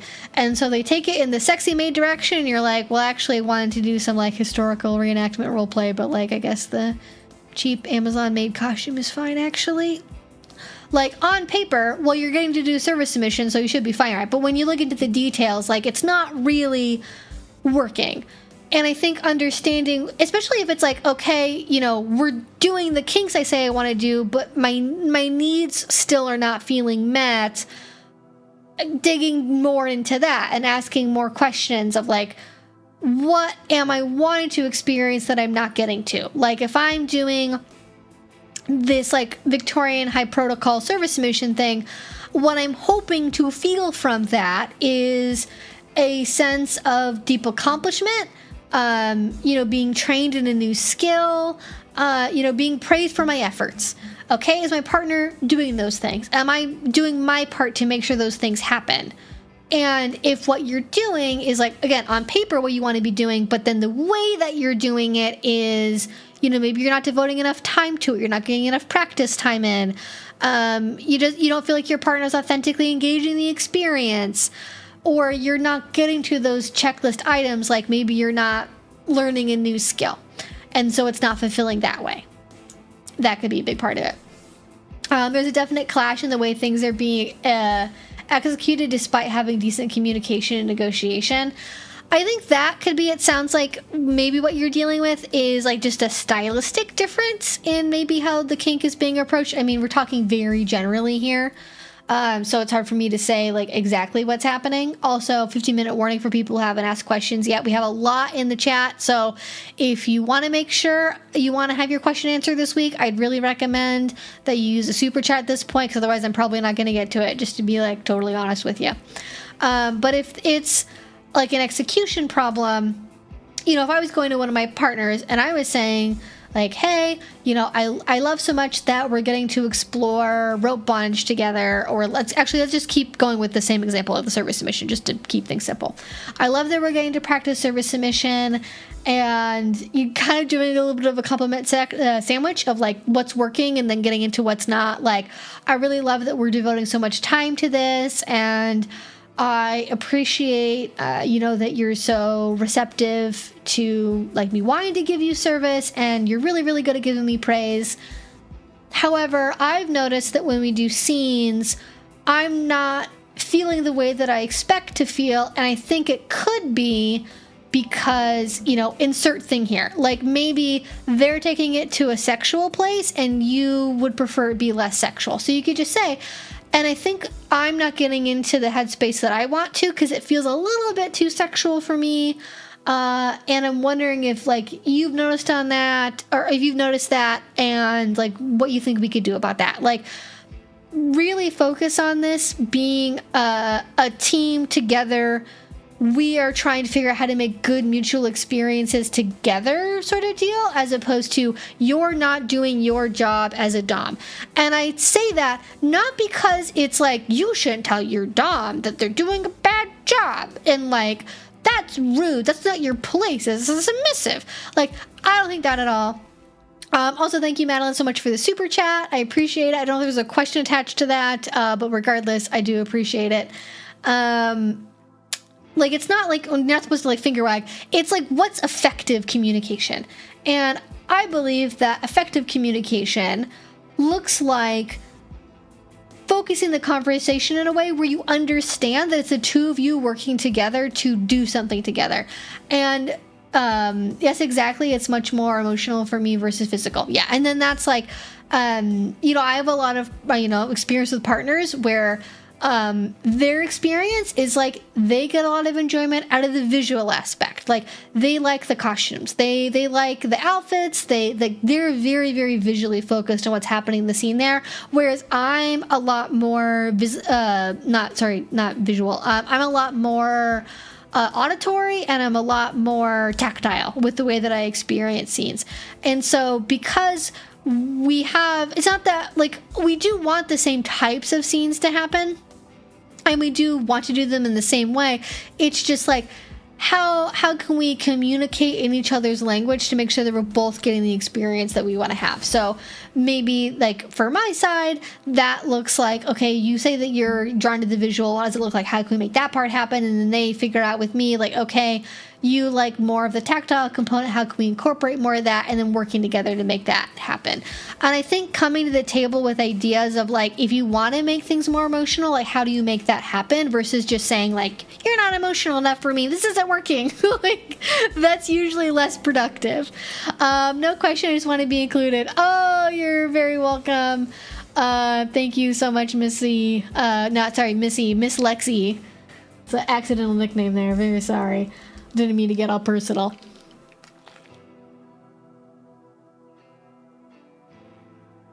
And so again, like it's just, we're doing it like deeper and deeper like levels and layers of questions. So the next part after that is, okay, you want to be more emotional. What does that mean? What is more emotional? Like if you're picturing in your head, I'm doing the same scene we just did, but I made it 20%, 100% more emotional. how did that happen in my head? What is my partner doing? What am I doing? What's different? Maybe that's like verbal praise. Maybe it's the quality of the touch. Maybe it's the types of activity that you're doing. Maybe it's the tone of their voice. Like, there's so many little subtle ways that can shift a scene to feel more one thing or the other. And your partner might be in a place where they're maybe good at like the physical aspect of the scene. Like maybe they're really good like technically with like floggers or spanking, or like the way that they touch you feels really good, but they're not connecting with you emotionally. I think as an example of a good way to do this is to set up the scene space before you even start playing to be more emotional. And this, I know it's very woo-woo and like it's not going to be for everybody, but genuinely this is what I think really helps, is to start off the scene by just like sitting together, like on the ground, eye to eye, looking at each other, you know, hand to hand, like chest to chest, or hands to hands, or like foreheads pressing together, and just like focusing on each other's breath for like a little while. Doing something like that to feel more connected together in the space before you start playing, I think it fulfills both the physical and the emotional requirement, because you're essentially like, and again, this is like a very woo-woo phrasing, but like there is like neuroscience behind this that I'm not explaining right now because I don't have time. Like you are like co-regulating each other's nervous systems together, and that fundamentally is both emotional and physical. So maybe even just doing something like that can make a really big difference. So maybe try that.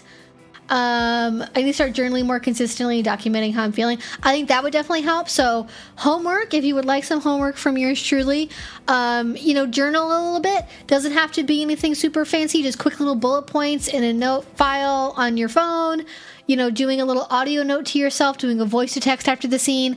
Quick, easy, 5-10 minutes. Don't make it 2 hours if you don't want it to be 2 hours. You don't have time. Just find a way to make it work time-wise for you. And then maybe trying to do something where you're having a physical connection, like doing a really, like a really long hug together where you're like sharing breath, you know, kneeling together, doing like, you know, hand on their chest, their hand on your chest, and breathing together, forehead to forehead, something like that. Even more traditionally, just like if you're going to be doing sexual play, like just like starting off with like a little long makeout section.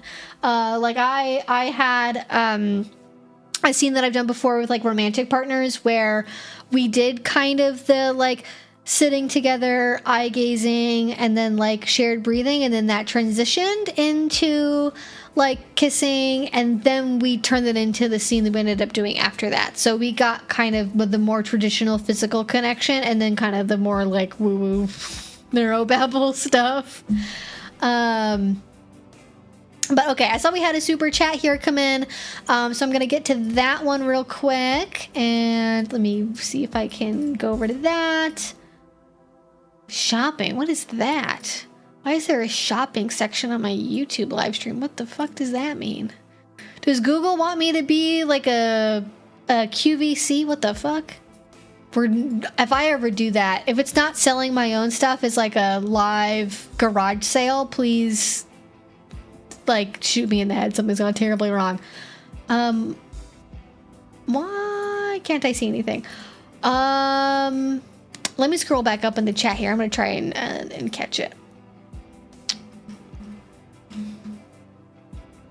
Live chat. I thought, here we go. This is from Madeline. I'm meeting with a potential dominant on Sunday for negotiations. I'm kind of nervous. Are there any questions you recommend? He's a pleasure dom. I think we got some good responses here from a couple of people. Have you vetted them? Yes. Okay, so you vetted them. Great. Perfect. Immediate first step you need to be doing is vetting them. So you vetted them. Perfect. If I had to say my top questions for a potential dom, assuming, because you said dom, I'm going to assume you mean for a relationship, not just for a one-off scene. I think it's really important to figure out, are you on the same page in terms of relationship style, right?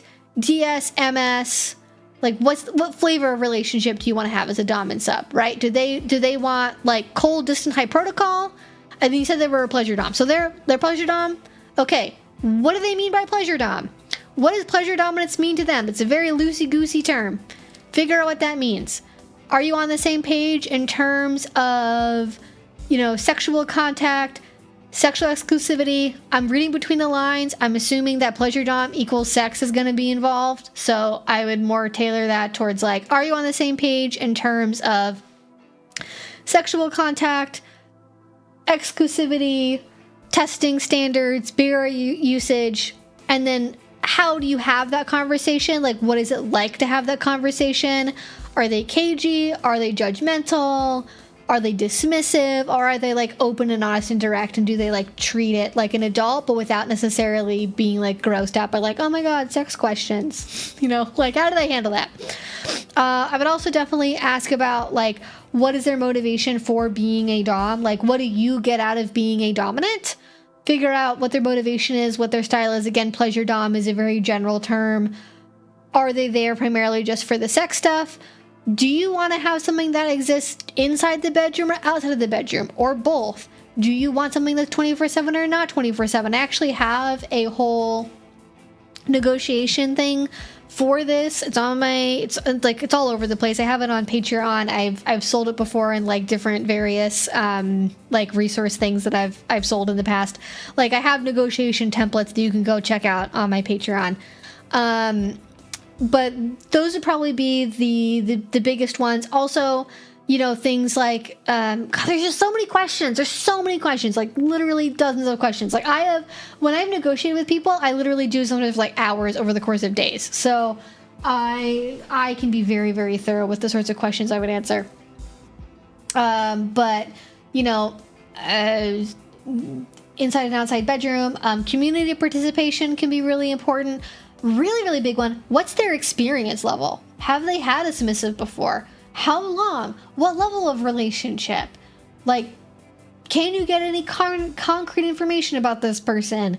How long have they been in the scene for? What drew them into kink? Like, figuring out, I think, if I had to give kind of a general overview of the sorts of questions to ask, I would say history, experience level, and style. And that includes style in terms of consent, how they show up as a dom, their philosophy for kink, how they approach play, how they approach relationships, and then go from there.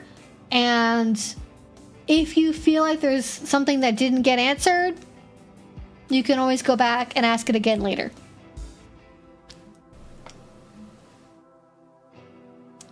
You found the movie. Been looking for the movie this whole time and I found it, and yes, it works. Should I just put in chat? You can't put a link in chat because it'll just like YouTube will like auto delete it if it's from somebody who's like not a moderator. But if you would email it to my business email, which I'm just putting into the chat right now, if you email the link to me, I will get it. But otherwise, YouTube will just like auto delete a link. You could maybe like space out the link if you would like to for other people, and that might work. But if you put the literal like hyperlink, it won't work. So just FYI.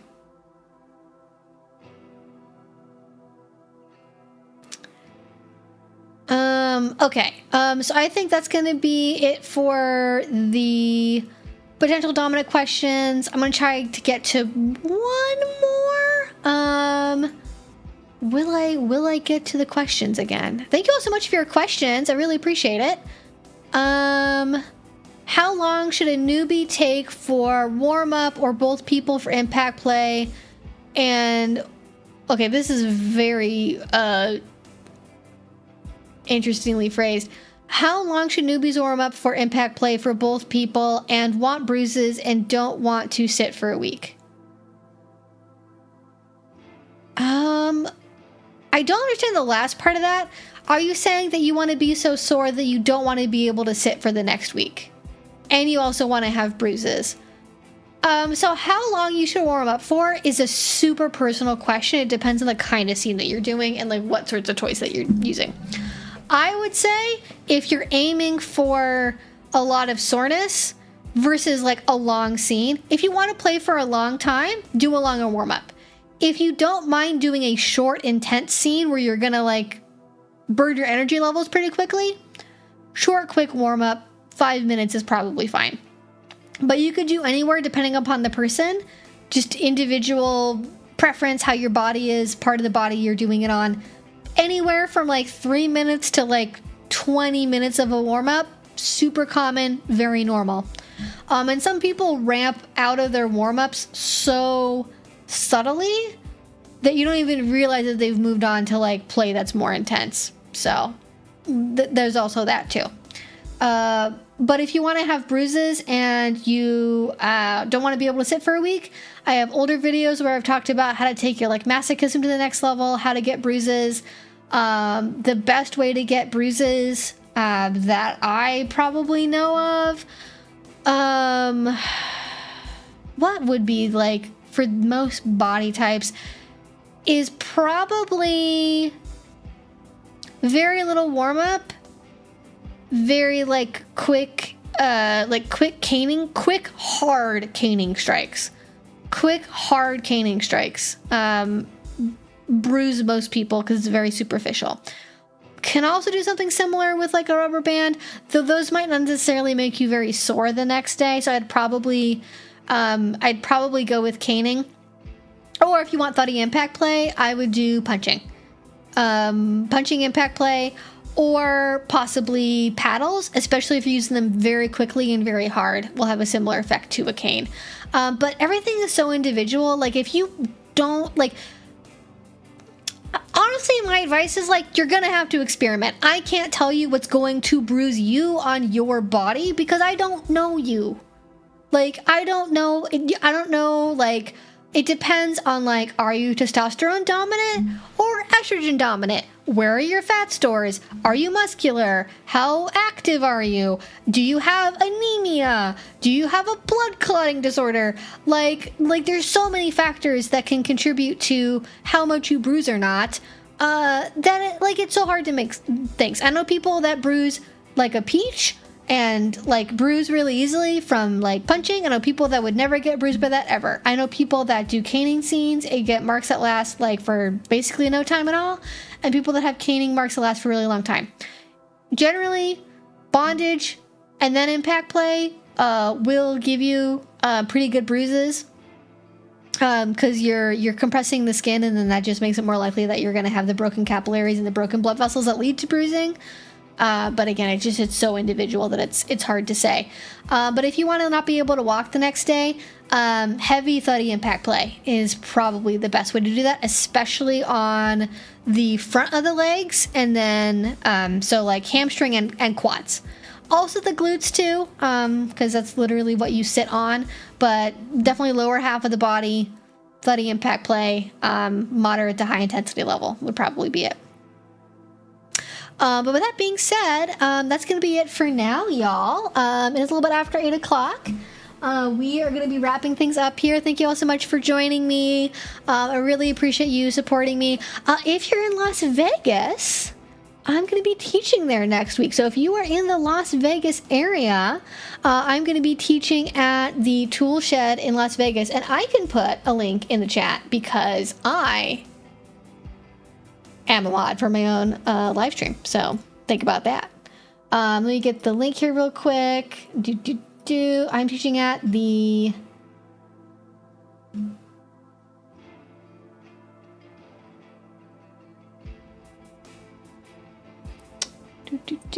Oh my god, there are almost 200 people RSVP'd. That's crazy.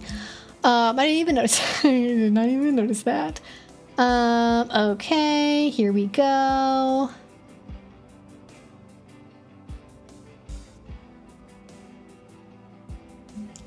If you're in the area. Oh my god, that's such a long link. What the fuck? That's not right. That can't be right. Okay, there we go.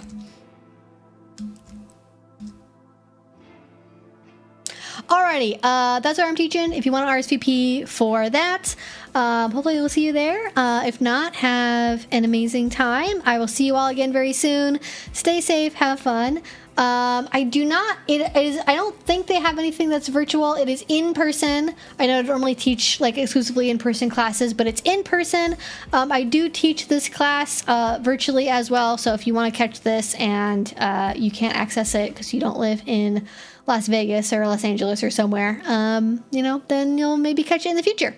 Anyways, I'll talk to you again soon. See you later. Bye. I know. Hi, puppy. Yeah, you know when the stream's over, huh? You know what my bye-bye sounds like, don't you?